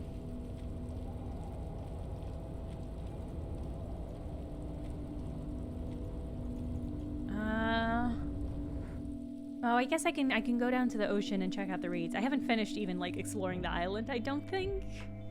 So I can go down next to the ocean. I don't think I have anything else to say to Joyce necessarily.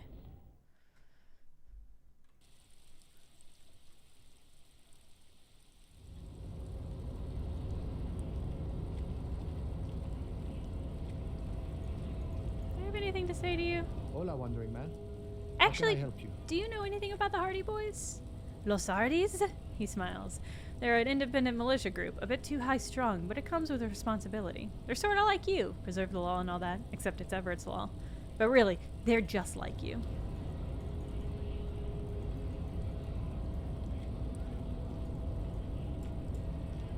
Nope, go down. Go down the stairs. There you go. You disaster of a man. Alright. Drop off my recycling.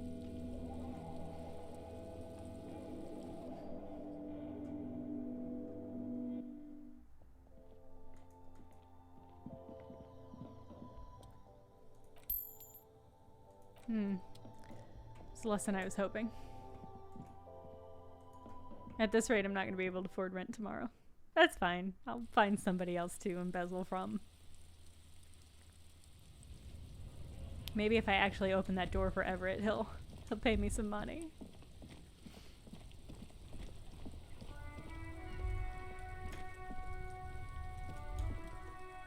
Droplets of rain fall on the white on blue police livery of the motor carriage.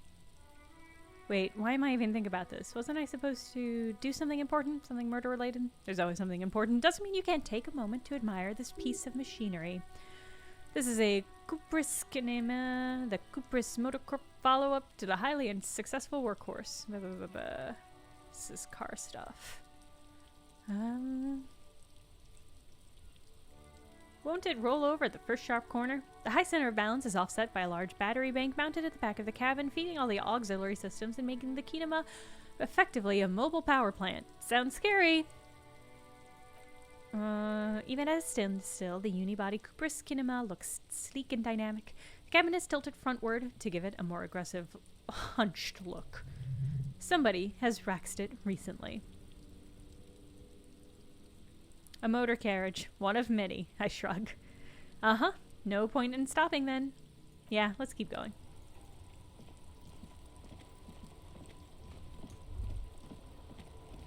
I guess I can talk to this horrible dude about his photo.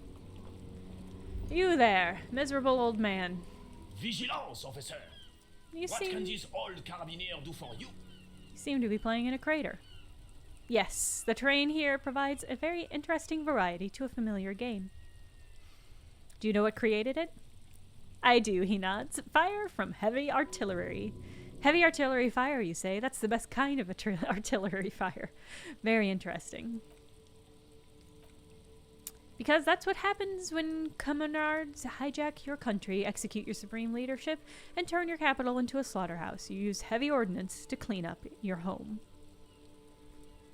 Yeah, let's do this history lesson later. I want to ask you about this photo that I found. I saw a photo in there. You were in it. Who's the girl? His features stiffen and he gets a cold look. She is nobody. This is none of your concern, and I refuse to discuss my private matters with the RCM. That's very fair. The lady is Jean-Marie Beaulieu. Gaston rats him out. And she sure as hell wasn't a nobody. Okay. Weird, horrible old men. Oh, who are you? What's your deal? Alright. Somebody I can't really talk to. Well, I could go open that door to that guy's apartment, really.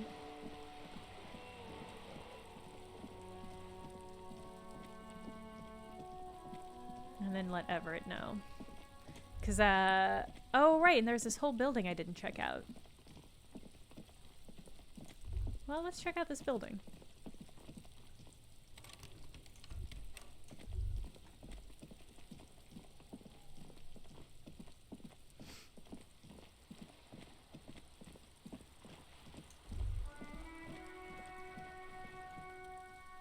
A sturdy metal door guards the southeast entrance to the apartment building. It's locked. You knock, nothing happens. The door rattles, but this time you hear an elderly woman's voice calling out from inside. Stop banging on the door. I'm not letting any more strangers inside. Hold on, who am I speaking to? It don't matter who I am. Now, go on, get out of there. From within comes the faint sound of a broom sweeping across the concrete floor. This is the police. Open the door. The police?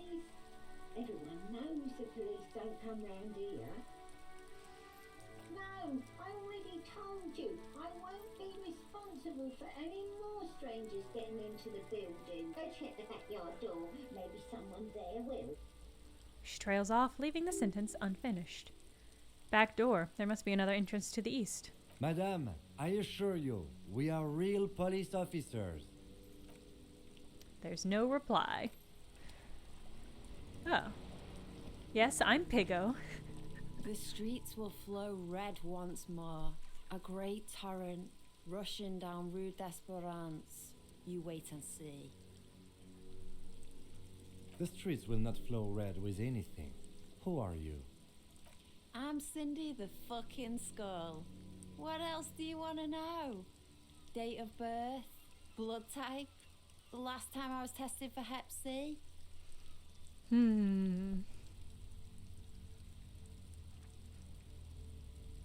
Let's start with your blood type and go from Go there. where? Accosting a minor? Listen to your partner, pigman. Keep your grubby hooves off little old ladies. Despite the attitude, she puts the brush aside. Do you know anything about the recent murder? She wrinkles her nose. I ain't no snitch, Pigstein. Go forth and forage in somebody else's shit. No shortage of squealers in these parts. Kim says actually there is a shortage of people who talk to us in a normal, calm, informative manner. Cindy says, we weren't put on this earth to make your life pleasant, fucko. Kinda like Cindy. I say that, she's gonna end up being horrible because everybody in this game is horrible. You keep looking off to the side. What are you looking at? She turns her head to face the coast and nods disdainfully towards Joyce performing maintenance on her boat. Hatred, disgust, it's difficult to tell which of these two is more present on her girlish features. The woman on the boat does not notice her staring. Ooh. She hisses. That Ozone whore. Someone's got to keep an eye on her. Ozone is an archipelago 2 days' travel away from Ravachol. Its moneyed residents, used to posh restaurants and upscale boutiques, rarely have reason to visit it in Martinez. You mean Joyce? On a first-name basis with you, are we? Oh, Piggy's moving up in the world. Hold on, what's Ozone? It's where they grow whores like her, and they're whore men. I don't know why that's so funny. Why all the negativity? Have you got a crush on her, aching for an opportunity to defend her honor? What are you doing at the wall? I'm painting a beautiful mural, an aerograffito visible from low orbit. She studies the wall, suddenly pensive. I haven't really started it yet. I'm waiting for the right words. So, you don't know what to write? Have you ever tried your hand at graffito? When faced with a blank wall, most people write unimaginative stuff like pigs go home and Mona was here. Why are you so committed to defacing the building? This place is severely lacking in havoc. Not even the occasional trash can fire to break up the tedium. I thought I'd mix it up, you know, summon the forces of crime and social chaos with a wall-sized invitation. I have an opinion of this. You want to hear it? Yeah? I actually don't have an opinion. I lied. Lying is cool, I guess, she says. She absent-mindedly paints a red streak on her left cheek. Yeah, catch you later, Cindy. Ooh, thought complete. Volumetric shit compressor. Bizarre scientific news from Revachol West today, where a police officer's shit has been observed at a pressure of around 495 gigadecimals. These metallic hydrogen levels of shit togetherness were thought to exist only in the center of collapsing stars and not law officials. It remains to be seen how long the shit singularity lasts. All endurance white checks unlocked. Learning cap for endurance raised to 4. Wow, that's cool. Alright, God, look at all of these thoughts that I have not even unlocked yet. It's super intense. Ooh, Hobo Cop. Alright, well, yeah, equip and complete volumetric shit compression thought. I did. And look at all this stuff I can try again. Great. Alright. Oh, I should save.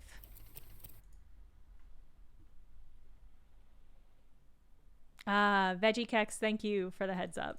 I kind of got the impression that it was important since it was connected on the map, or not on the map, since this was reopened, but it's good to know that that's an official stance. Alright, something that's locked. Good to know. Oh, I think I've got something I unlocked with Joyce, so maybe I should try that again. Some spirit decor. You're back. Good. What can I help you with? Oh, I've got some more questions about reality. That's right. What is... Think of something close to you. Haha. Ooh, alright. That's all for now. Goodbye. Goodbye, Joyce.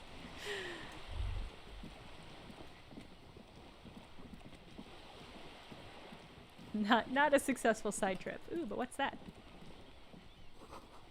Looks like there was more construction here once, decades ago.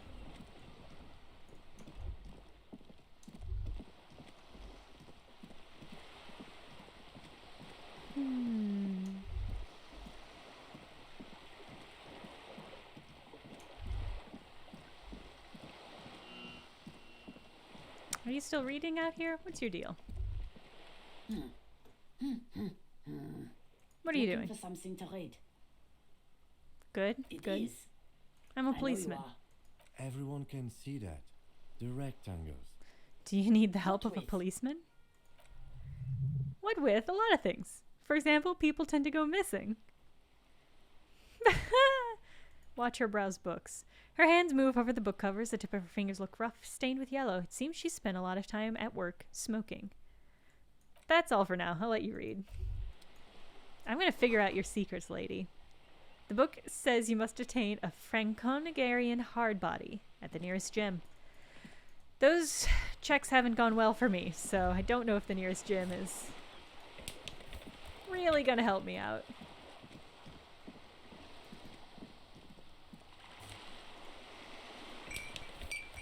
Now, one of those things said that there were reeds by the ocean. But none of these really look like reeds.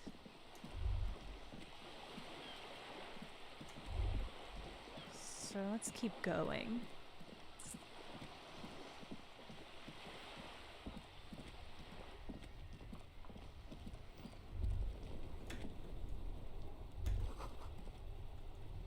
Click some. Oh, here are some reeds. Some reeds I can't interact with.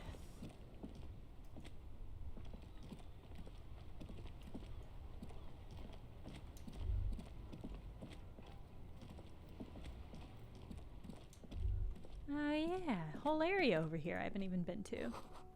Roy's Pawn Shop. Fast cash for faster times. I don't think I'm so desperate I need to pawn anything, but I wonder if maybe I pawned my gunner badge. Ooh. A bust of a woman. The plaque simply says D-E-I, or day. In the dark, a film projector is whirling away. Some kind of machine. Antique cash register? Ooh, clothes. Mostly military wear, with a few more eccentric fashions thrown in. Oh, you're right, I could pawn my trousers. Rack of secondhand uniforms. Wow, a very large red t-shirt with an impressive print stands out from the other garb. Oh yeah, the print depicts a muscled man striding towards you, a giant sword in each hand, encircled by burning embers. Behind him is a cluster of cabins engulfed in flames. Beneath him read the word, Himmeldal burning. Yeah, I want to sniff the t-shirt. Smells like worn cotton. And a little old sweat there. Yeah. Sniffing is okay, Bird's Nest Roy says, but please don't try anything on. Can't have you leaving your photon emissions in the fabric of things you're not going to buy. How much are you selling this t-shirt for? 2 real. The lieutenant raises his eyebrows. That's dirt cheap. Cool, I'll think about it. That's not true, I want it so bad. -2 authority, +1 physical instruments, +1 shivers. Okay. Chat. I'm gonna buy and put on this shirt. Do not let me reattempt the tightest authority check without taking it off. I will absolutely fail. I am gonna put it on right now, though. Even though it takes away the drama of having a mesh shirt. Yeah, look at that. Too old for this shirt, -2 authority. That's fine. Yeah!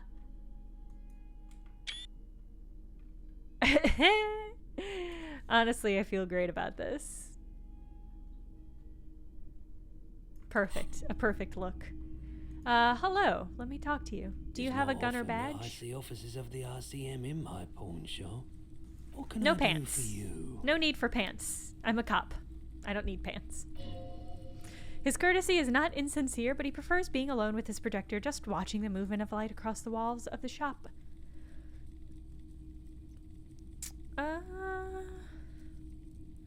Now that the RCM is here, tell me, have you had any trouble I haven't lately? really had any problems myself, though some of my customers have complained about the inconsistent law enforcement. Who are your customers usually? All kinds of people come through here. Locals, travellers, people looking for a deal, people looking for a keepsake, people who are terminally bored.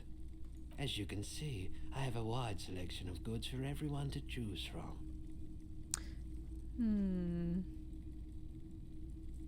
Quite the collection indeed. It keeps me entertained.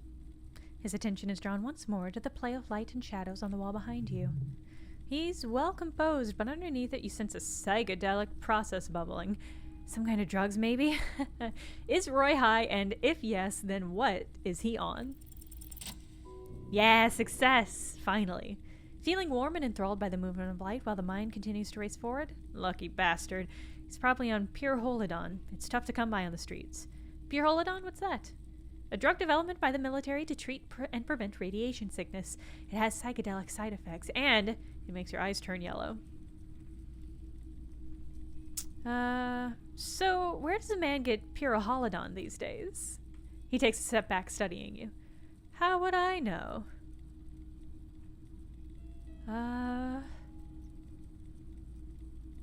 No judgment, just curious. I probably did loads of pure holidon before I lost my memory. I've had to take it, you know, since the People's Pile cleanup. I was with the Emergency Relief Brigade. He's taking it for mental and emotional, not physical pain these days. The People's Pile? What's that? A bad idea. Some poor leftists built a particle decay generator in hopes of bringing affordable electricity to underserved communities. It malfunctioned. Electric waste everywhere. Probably some of it in you, too. The People's Pile-Up was a Type U particle decay generator that failed immediately upon entering service, releasing radioactive waste into River Esperance. Yikes. Why did it fail? The emergency valve defect resulted in steam pressure blowing the turbine, making the fuel containment vessel up taking the fuel containment vessel up in the explosion. Both the faulty design and the lack of finances contributed to the catastrophe. Ooh. That must have been tough, radioactive cleanup. There's a reason why everyone's tried to forget any of it happened, and why no one has tried to repair or replace the pile. So much disappointment and early deaths, cancer mostly, and we know all that was coming, even as we were cleaning up as best we could. So much bitterness. Yeah, that's fair though. How did you end up running a pawn shop? The cleanup happened 50 years ago. I was young then. Later, my second aunt died, leaving me this shack and the assorted junk in it. So I came to Martinez. People told me, don't go there, it's a shithole. I said, people, we just had a nuclear pile meltdown. I'm gonna get as far away as Faubourg as I can. Still in the same city, but thanks for telling me. I like theory more than story. Outward movement, not vortices. Yeah, you gotta get on those vortices, my man. Huh. God, I could get some drugs from him, huh? But I'm looking for speed, not Poryl Holodon. But I wonder what this game does when you get high. I'm gonna ask him. The lieutenant steps away, pretending to admire some of the knickknacks on display. Looks like he doesn't want to get involved. Kim doesn't want to see me buy drugs, but he is just gonna let it happen. He won't be your narc, but he won't be thrilled about it either. I think I've tried it once and liked it. Here you go, man. He presents a large, cap-shaped object in the palm of his hand. Very odd looking. Thanks, man. Great. I've got some drugs, gang. Great. He looks down. Of course. By the way, do you happen to have any guns like the ones carried by officers of the citizens' militia? Someone else came here earlier today asking the same question. I promptly sold her the gun you pawned a couple days back. Fuck! This is a pawn shop, and it did feel as if you've met before. Oh god. Oh no, the lieutenant shifts from one to another. Alert. Wait, I sold my gun. Was the buyer policeman too? At least I know how I lost my gun. Wait, I sold you my gun? You were adamant about getting rid of it, officer. Said you were undeserving of a service weapon of the RCM. And I don't like keeping guns around the shop for long. Off the chart photons emissions, the unhealthy kind. Was the buyer a policeman too? She didn't seem like a policeman, although she kept referring to herself as a pig, which was odd. I found her interest in the gun a bit obsessive, but I was just happy to get rid of it. And of her. Truth be told, she was terrifying. What the fuck? Right, so let me get this right. The lieutenant turns to you. You sold your sidearm, issued by the citizens' militia, and now a civilian is running around the streets of Martinez with it. Fuck. Fuck. Fuck. Maybe she's a vigilante, wants to prove she can do our job better than us. Kim says, it is possible in these parts of town. We ought to find her and discourage her from taking justice into her own hands. Peter, I also thought that, but it sounds like this is somebody who's like a fanatic, maybe? She called herself a pig. That can mean anything. Any idea where I can find this buyer? My apologies, officer, but I had no idea where she was coming from or where she went. A needle in a haystack. There's nothing you can do about it now. Fuck. That's a nightmare. Okay. You might be able to aid our investigation. I doubt it, but I can try to answer any questions you might have. Know anything about the recent hanging? I do my best to keep my distance from all manner of butchery. Bad for business, bad for everyone. I would like to sell something. I'd like to sell my clothes. I'm not purchasing any more clothes at the moment. He looks you up and down quickly. And not the clothes I'm wearing. Don't you want some pants? Okay. So I can pawn. I think these postcards are fine to pawn.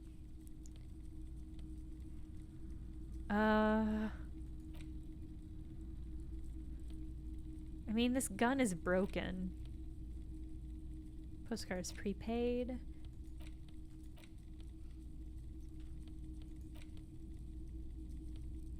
Ooh, this postcard will sell for a pretty penny. I would like to pawn you. I'm just gonna pawn all these postcards because I don't think they're actually worth anything. Okay, Got a little bit of cash. I feel good about that.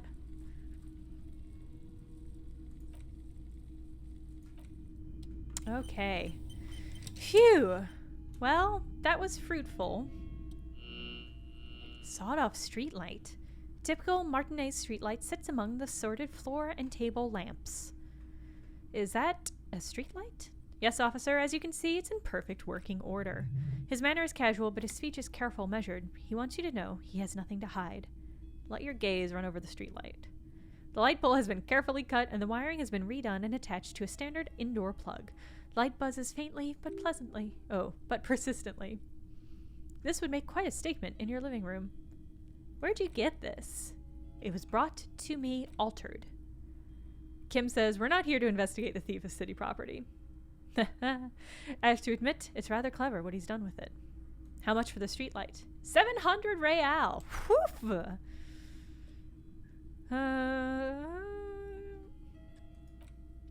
Yeah, I mean, that seems fair.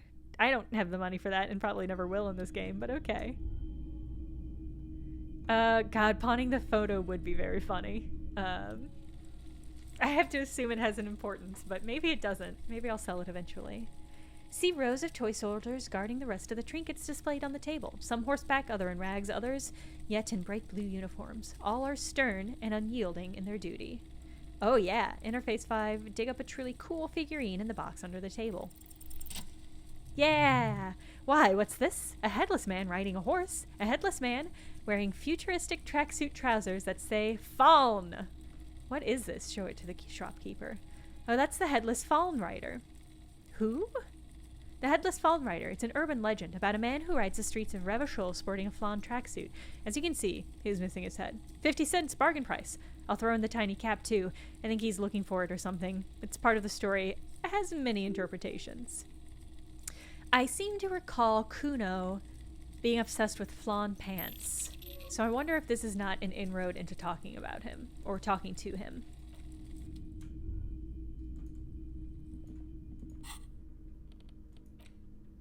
Ah, it's not, okay, it's riding a bull. That's pretty cool.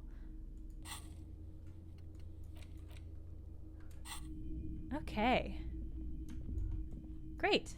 This is a very useful little side route.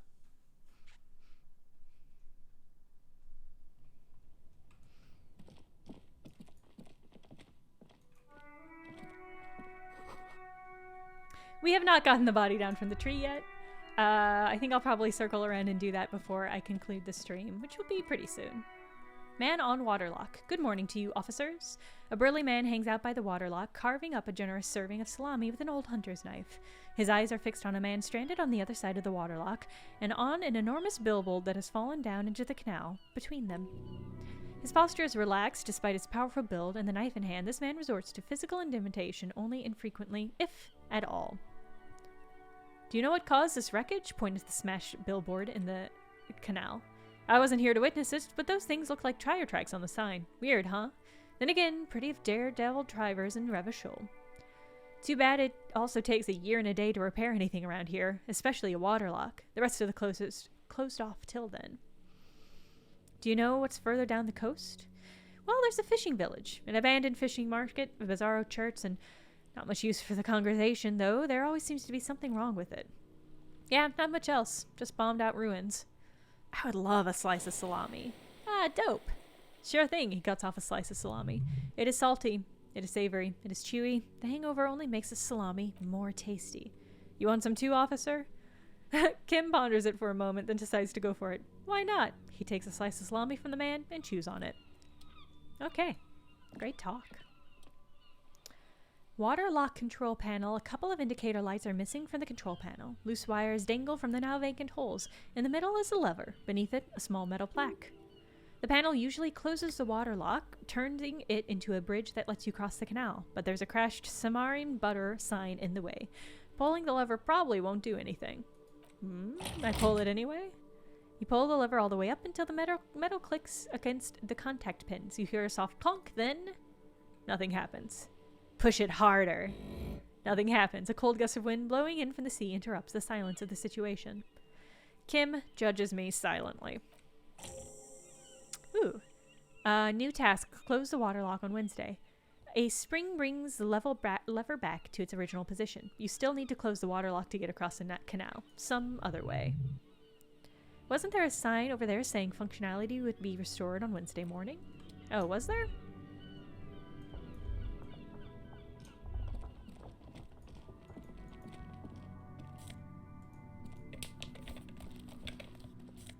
Ooh, gloves. Fingerless gloves.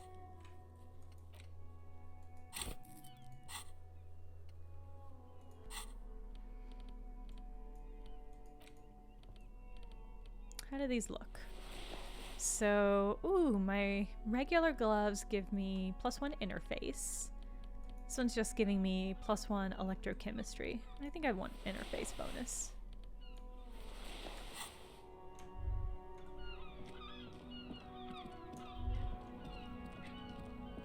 Is there anything else? Ooh, hello. Plastic wrap macaroni stamped with humanitarian aid. This says humanitarian aid tuna fish, not for resale. Speakers from the people of Samaran.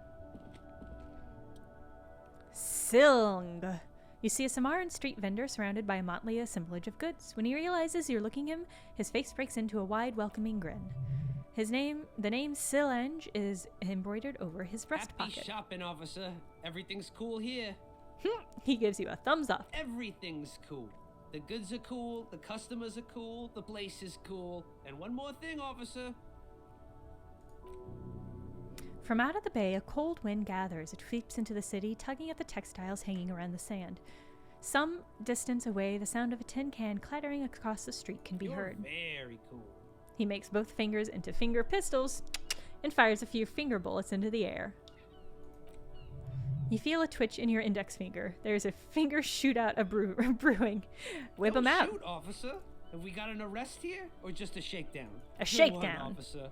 You're a funny guy. Now, what can I do for you? I'm really here to shake you down from answers. Fire away, officer. Thought gained. Finger pistols 9mm. God bless.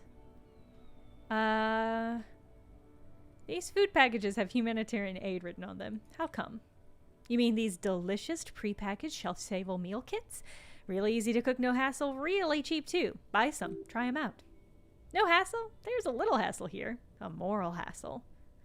Doesn't that beat the idea of humanitarian aid? It's supposed to be free. That's what makes it humanitarian. It is practically free. Yours for 5 cents a piece. Rock that tuna. Why not some macaroni too? Don't play games with me, Hawker. What's going on? No problem here, officer. I get all of these from my suppliers. An extremely reputable guy. Wait, humanitarian aid. Does your supply drive that Humanox lorry over there? You point at the lorry with the big Humanox sign on it. What? The street vendor looks over his left shoulder and stares at the lorry as though he's never seen a lorry in his entire life. A convincing performance. Look, officer, I'm just the retailer. You'll have to talk to my suppliers if you have questions about the supply chain. That's how the game works. I feel like I'm about to sneeze.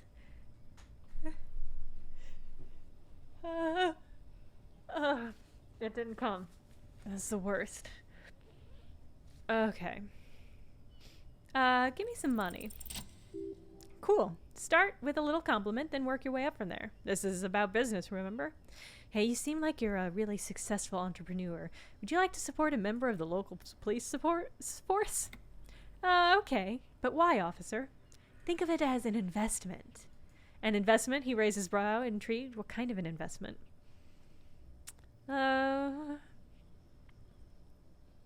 a police officer. It's an investment in good relations with the RCM. How much are we talking here? 10 real. Sounds like a fair deal all around. He takes a 10 note from a leather pouch. Kim, the lieutenant nods calmly and says, corruption. Fucking funny. I am gonna blow my nose, I'm sorry.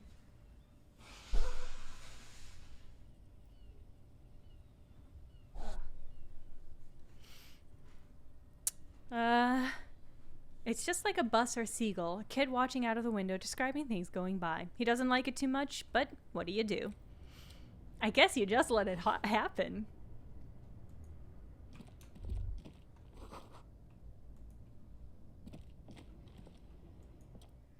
A pile of cheap sunglasses in a small You like box. sunglasses, officer?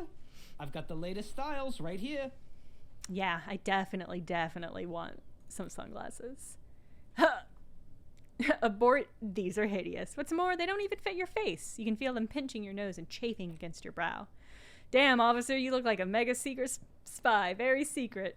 They're practically made for you. I'll let you have them for $2.50. It's going to be very difficult for anyone to take you seriously with these things on your face. No, Kim says, gently removing the glasses from your face, setting you free again. You're definitely not buying those. Don't tell me what to do, Kim. I like the sunglasses. No, I can't. We can't have you walking around looking like this. His hand has already risen midair, but he stops. Okay, fine, go ahead. If you want to look like a walking midlife crisis, who am I to intervene?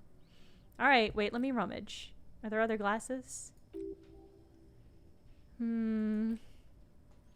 These are all first-rate sunglasses. Premium design, superb material, very cool UV resistance. These will definitely keep your eyes safe and cool while doing dangerous police work.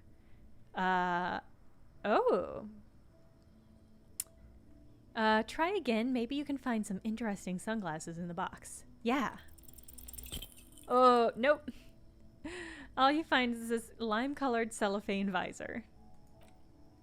Oh, that visor is perfect for you, officer. It'll definitely keep the sun out of your eyes while you're shooting criminals, and all for a mere $6. Hey, at least it might actually offer protection against the sun, not like those cheap plastic shades.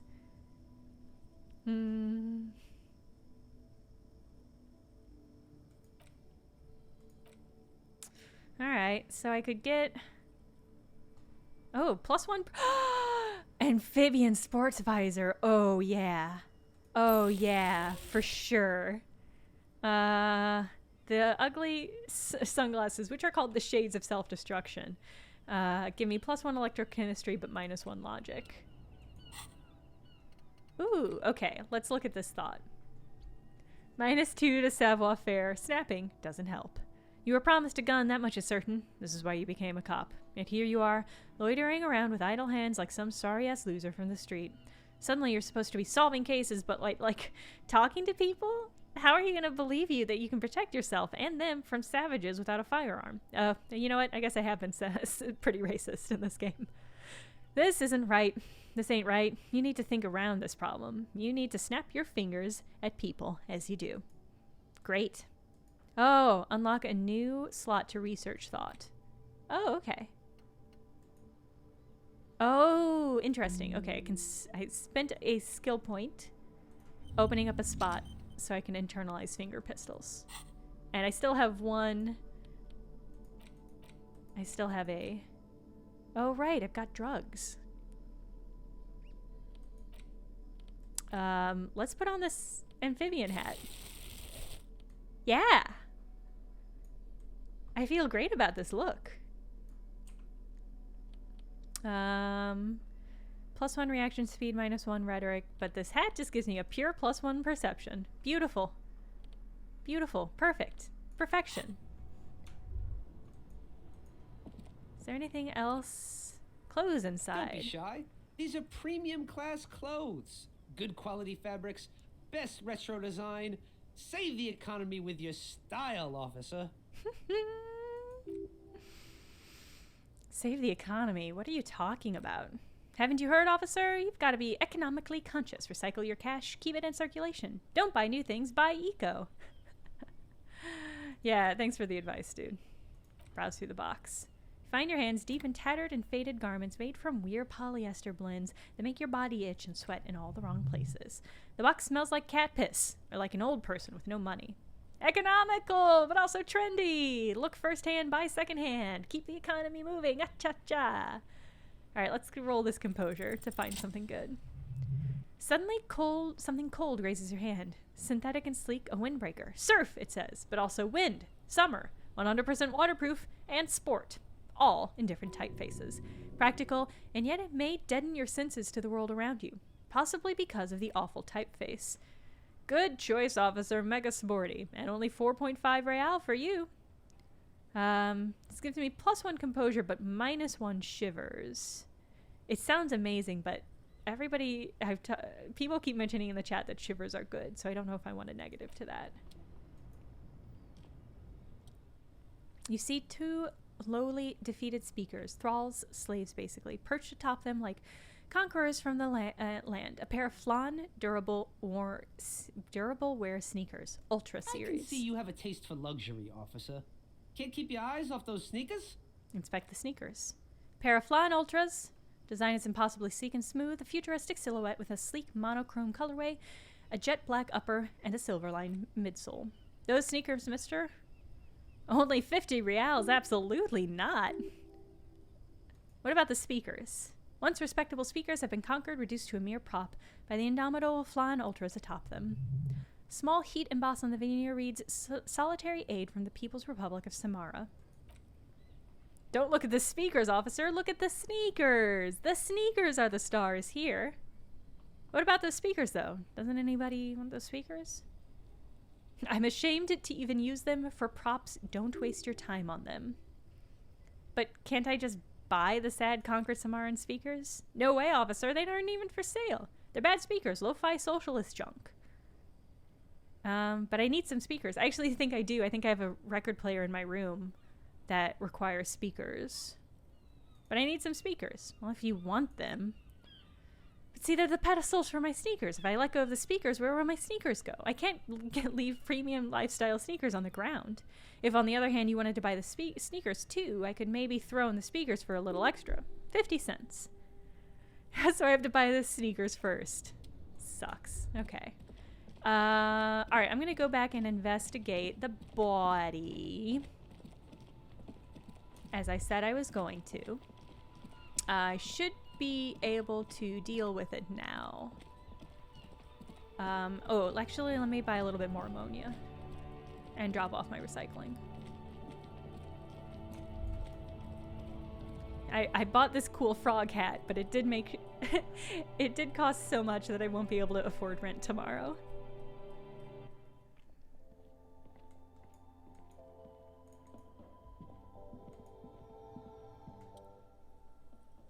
Oh, I can't buy anymore? Okay, that's fine. Oh, should I? I'm gonna buy some. Alright. Alright, let's have another go at this corpse.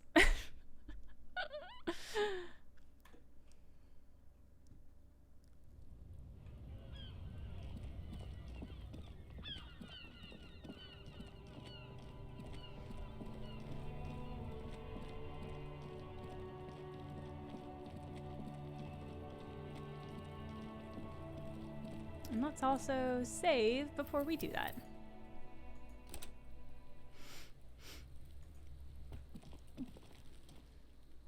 Alright. Okay, yeah. I get a +6 for having my shit compressed. That's great. Alright. Let go of your nose without throwing up.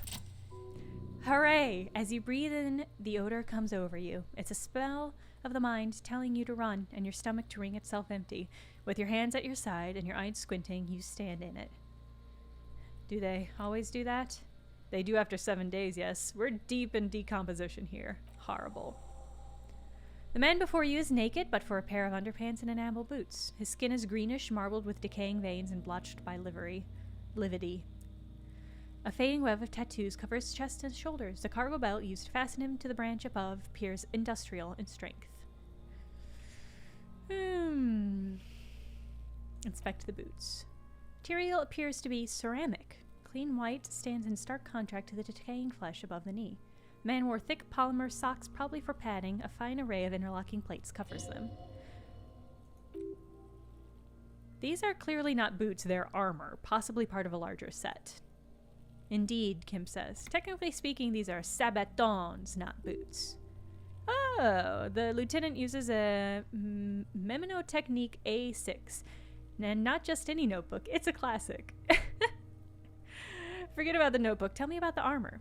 It's clearly some manner of super armor. Or future armor? Super future armor? I'm useless. Ceramic plate, zirconium dioxide, most likely. This is where the make would be. Under the heel, Fairweather. Fairweather model T50VE.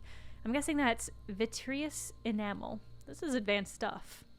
What happened to the rest of it? The locals probably scavenge it. It would be odd if he had more on after 7 days. Alright, that's a lead. Maybe he was just wearing these boots and not the rest of the armor? No, I think he had some precious underneath the clothes. He just had to remove the jeans and shirt we found to get to it. Oh, that's right. And this kind of armor is often worn under fabrics. Okay.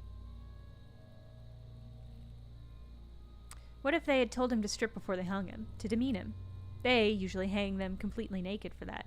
La puta madre, la mazda, la maîtresse, and the like. This one still has his underpants.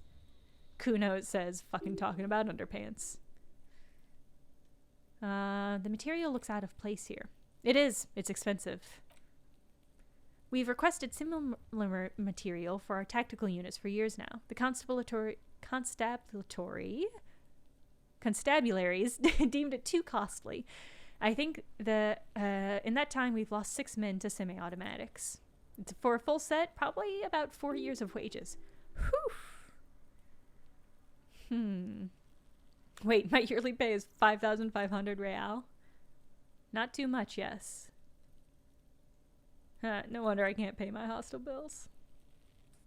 How could this man afford such expensive hardware? That's for us to find out. That's fair. Mr. Garrett implied he was security personnel for the harbor company. Oh, okay, so Joyce probably knows more about what this situation is. These look pretty advanced for a security guard. Pull the boot off. The stench fills your nostrils. As you push downward, an ominous creaking sound comes from above. Stop! The lieutenant's voice is sharp.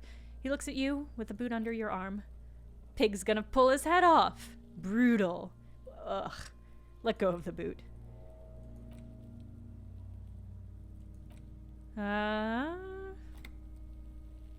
What were you hoping to achieve by pulling on the deceased foot? I don't know. Inspect the belt. The hangman's knot is pulled tight by the weight of the corpse below. Yellow, hard-edged polyester cuts into his neck. Above, a sliding buckle ties the belt to the branch. This is a lashing belt used for airlifting cargo. Airlifting? I thought it was used on lorries, for strapping cargo to them. My brain tells me that this is the reinforced kind. Kim nods. The local harbor uses 6 rotors to shuffle containers around. I get the sense that they use whatever was on hand without paying much attention to not incriminating themselves.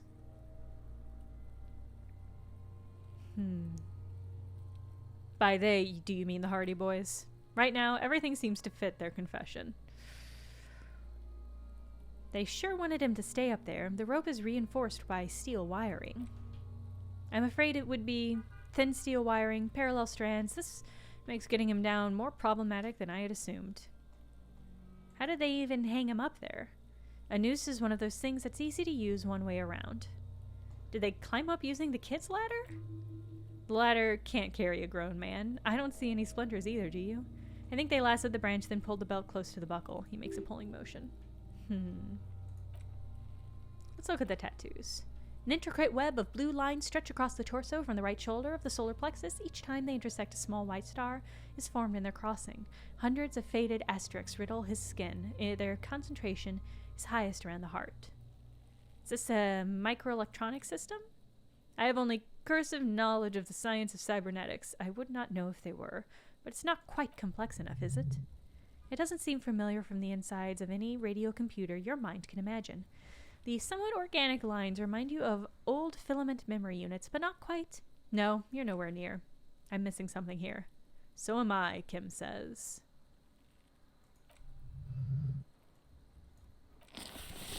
Kim takes a thin piece of milled aluminum from his coat pocket and pulls it open. Sounds like a sword being unsheathed. A small lens appeared. Some kind of camera. Let the lieutenant do his work. Shit, Kuno, what the fuck is that? Kim says, an instant color camera. He produces 2 metal-capped ampoules and clicks them into place on the side of the apparatus. A thin slot shines there. I have only 2 ampoules, so nobody moved. I don't want to waste one. He points the camera at the corpse, peering into it. Ooh! Ow. My eyes. A sound, a shrill flash, followed by the breaking of a small ampoule of glass. You see streams of color pouring into the thick, glossy piece of paper rolling out. On it, a color-perfect copy of the dead man's tattooed chest, in case we need it. Cool machine. Yeah, it is pretty cool, isn't it? It is, Kim, yeah. It contains insight to the victim's person. By his build, I'd say he was a man of physical violence. The story he wanted his body to tell was important to him. It is his letter, to us. Someone should decipher it. We'll need to show it around. Can I have it? I should look at it later, without the corpse smell. Sure, just don't lose it. Look him in the eye. His eyes are milky white and blind to the world. Well, that's fair. Those eyes used to be blue. Baby blue. His dark brown hair grows on his head, his face ready to explode from the organic processes inside. The death's head grin has passed. What remains is an unrecognizable mess. Tell me, who are you, dead man? I failed. The corpse is deadly silent. You have no idea why you just said that. Who is he? He is male, 40 to 50, with an athletic build. His eyes used to be blue. Good, the victim is of Occidental descent. Light brown hair, blue eyes.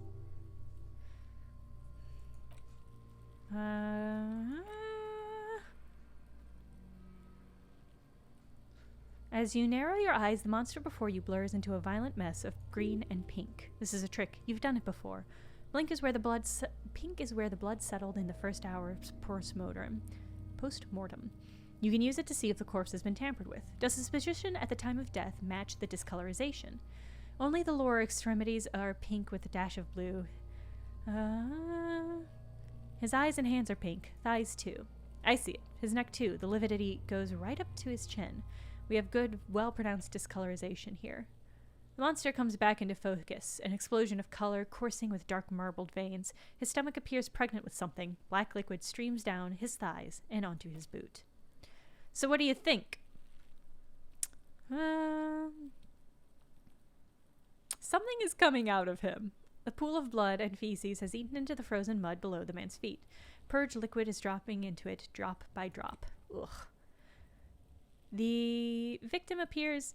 Yoshi's tax. 100% agree. I thought this was going to be a fun, joyful, dance-filled romp. But it's pretty grim.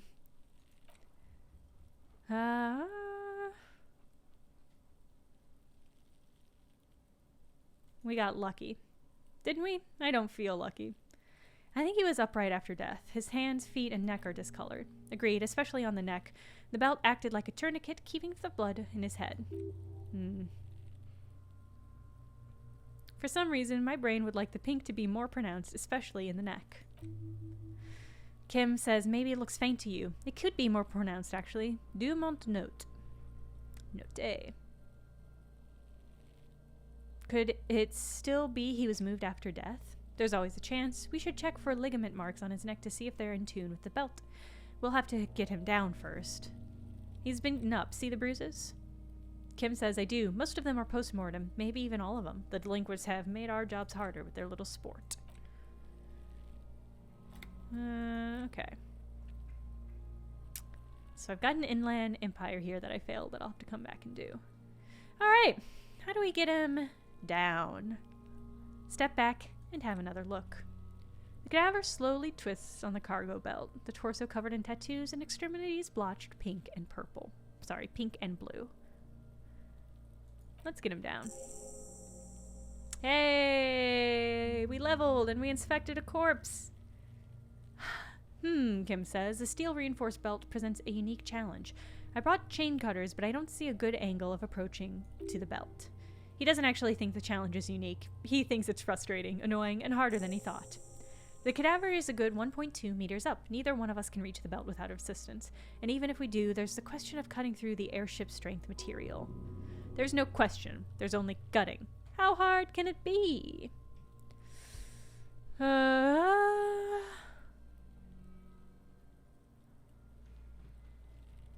Maybe we could shoot him down. Maybe we could ask for help from the harbor. Could saw the branch. Anything we do, he's gonna fall from such a long distance. It's gonna be really miserable. I can cut the belt easily. And I already have the chain cutters. I don't doubt your physical prowess, officer. Kim, you should absolutely doubt my physical prowess. But this is a grueling surgical procedure. I saw 20 steel strands in there, and we do not have a secure platform for the cutting. The risk of acrobatic failure is one we cannot take. We must not become comedy for the locals. You're right. I'm definitely a serious and respectable police officer. We could saw the branch. Climb up there and saw the branch? There has to be a less risky way. We could shoot him down? Kuno seems into that, which means we should not do it. Where the buckle ties the rope to the branch. That's a good spot to aim. There, the buckle holds the belt together. Maybe, I don't know, just shoot up there, maybe? Where? He corrects his glasses. Ah, yes, I see. If the shot hits, that there might be a chance to release the belt.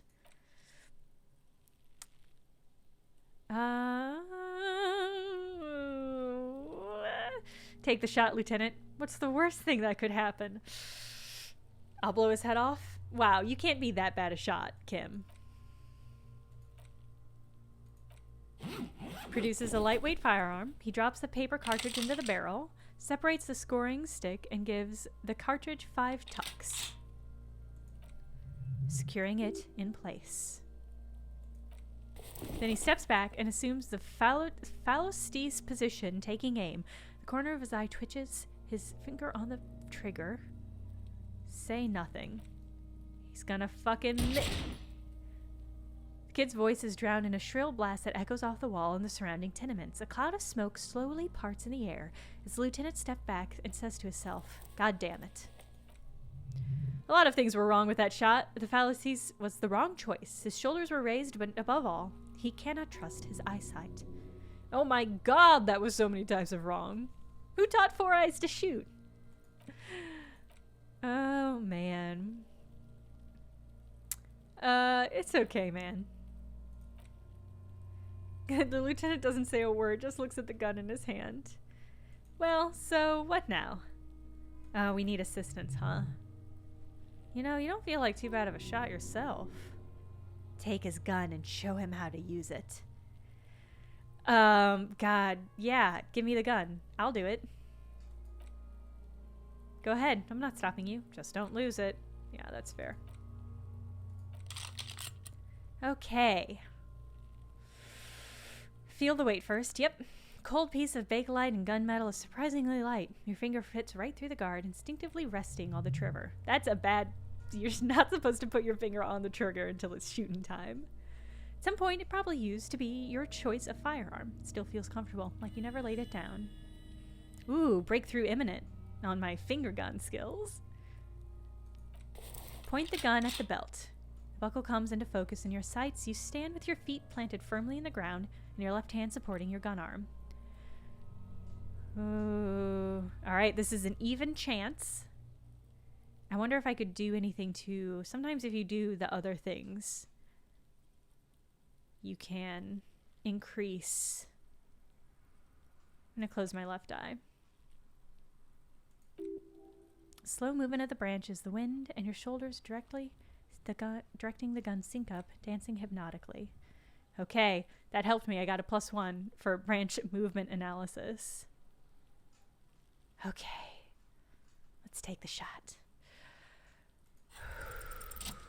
Ah, yeah! Wonderful. The buckle explodes into tiny pieces. Oh, that was probably evidence that I just destroyed, huh? The buckle explodes into tiny pieces, coming loose with a whir. With your hand numb from the recoil, you look at the body slumped down. For a moment, the man appears to kneel in front of you, looking straight at you, helpless, trapped within itself. Who killed you?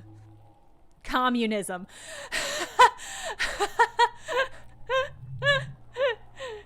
It takes a millisecond for the association to flash within your cortex. You have no idea where it's coming from, only that it's right. Then the rigor in his muscles gives up, and he smashes sideways into the spring mud, letting out a horrible stench. Who's laughing now, you little shit? Despite her words, her tone seems congratulatory. How did I do that? Thank you, Mondays! By being a damn good shot. Aces high. Thank you, Kim. The aces high. Yeah, the build-up to that skill check was so intense and satisfying. That was really exciting. The aces high, a custom invented by the Aerostatic Brigade during the Revolution, is used to celebrate success in Revachol, especially in sports. The gesture has spread across the world despite the defeat of the revolutionaries themselves. You could add an ace's low to it if you like, by turning your back after the high and waiting for each other. Slap it and wait for an ace's low. The high arrives with a sharp slap. As you turn around, there's a moment of doubt. Feels like the low ain't gonna connect. Chill. It's gonna connect. Thought gained ace's low, but then it does, and with furious precision. The lieutenant is not one to leave an ace's low hanging.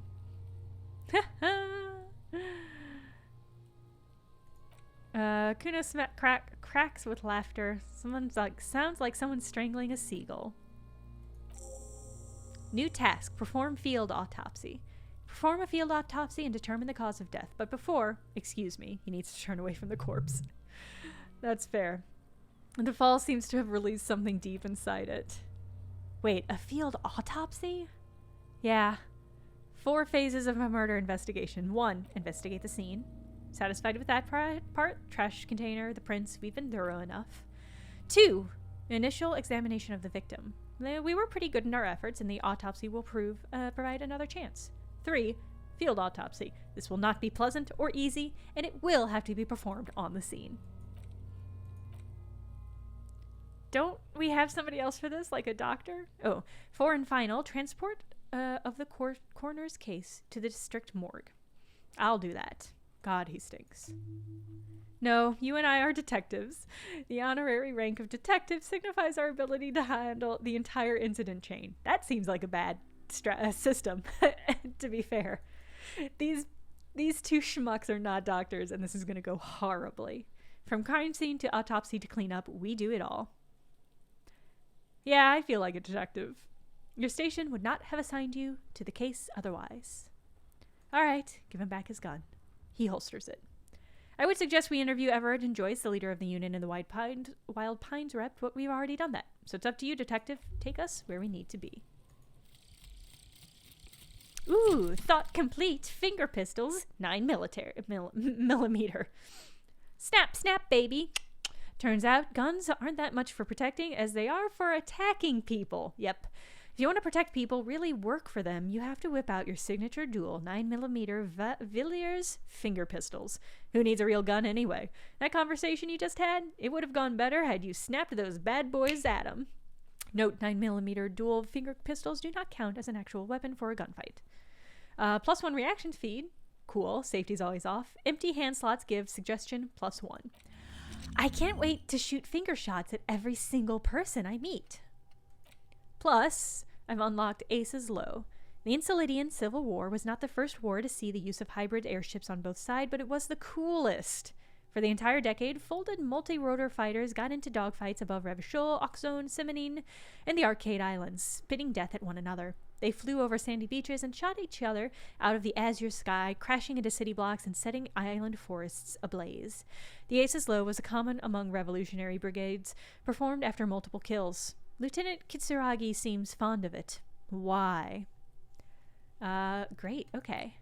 I'm gonna unlock a new slot and start to internalize this.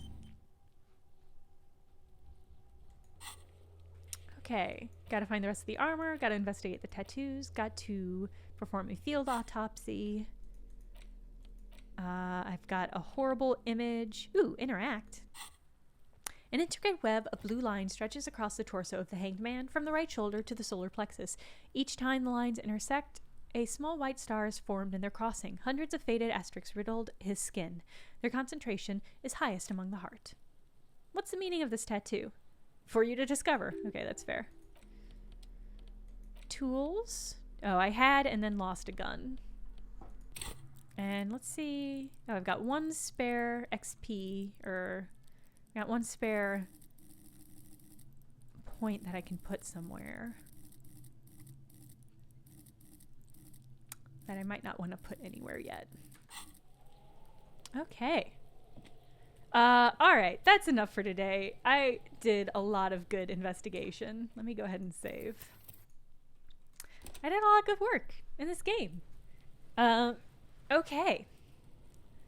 Oh, is there a better outfit for autopsying? I will have to double check that before I autopsy in the next section. This was enough of this game for now. that was a lot. I feel great about the progress we've made. I got some booze. I got a cool shirt and a fun frog hat. Really a wildly successful a couple hours in this game. That's how I feel. All right. I'll see you guys next week, next time I stream. Have a good weekend, everybody. Goodbye.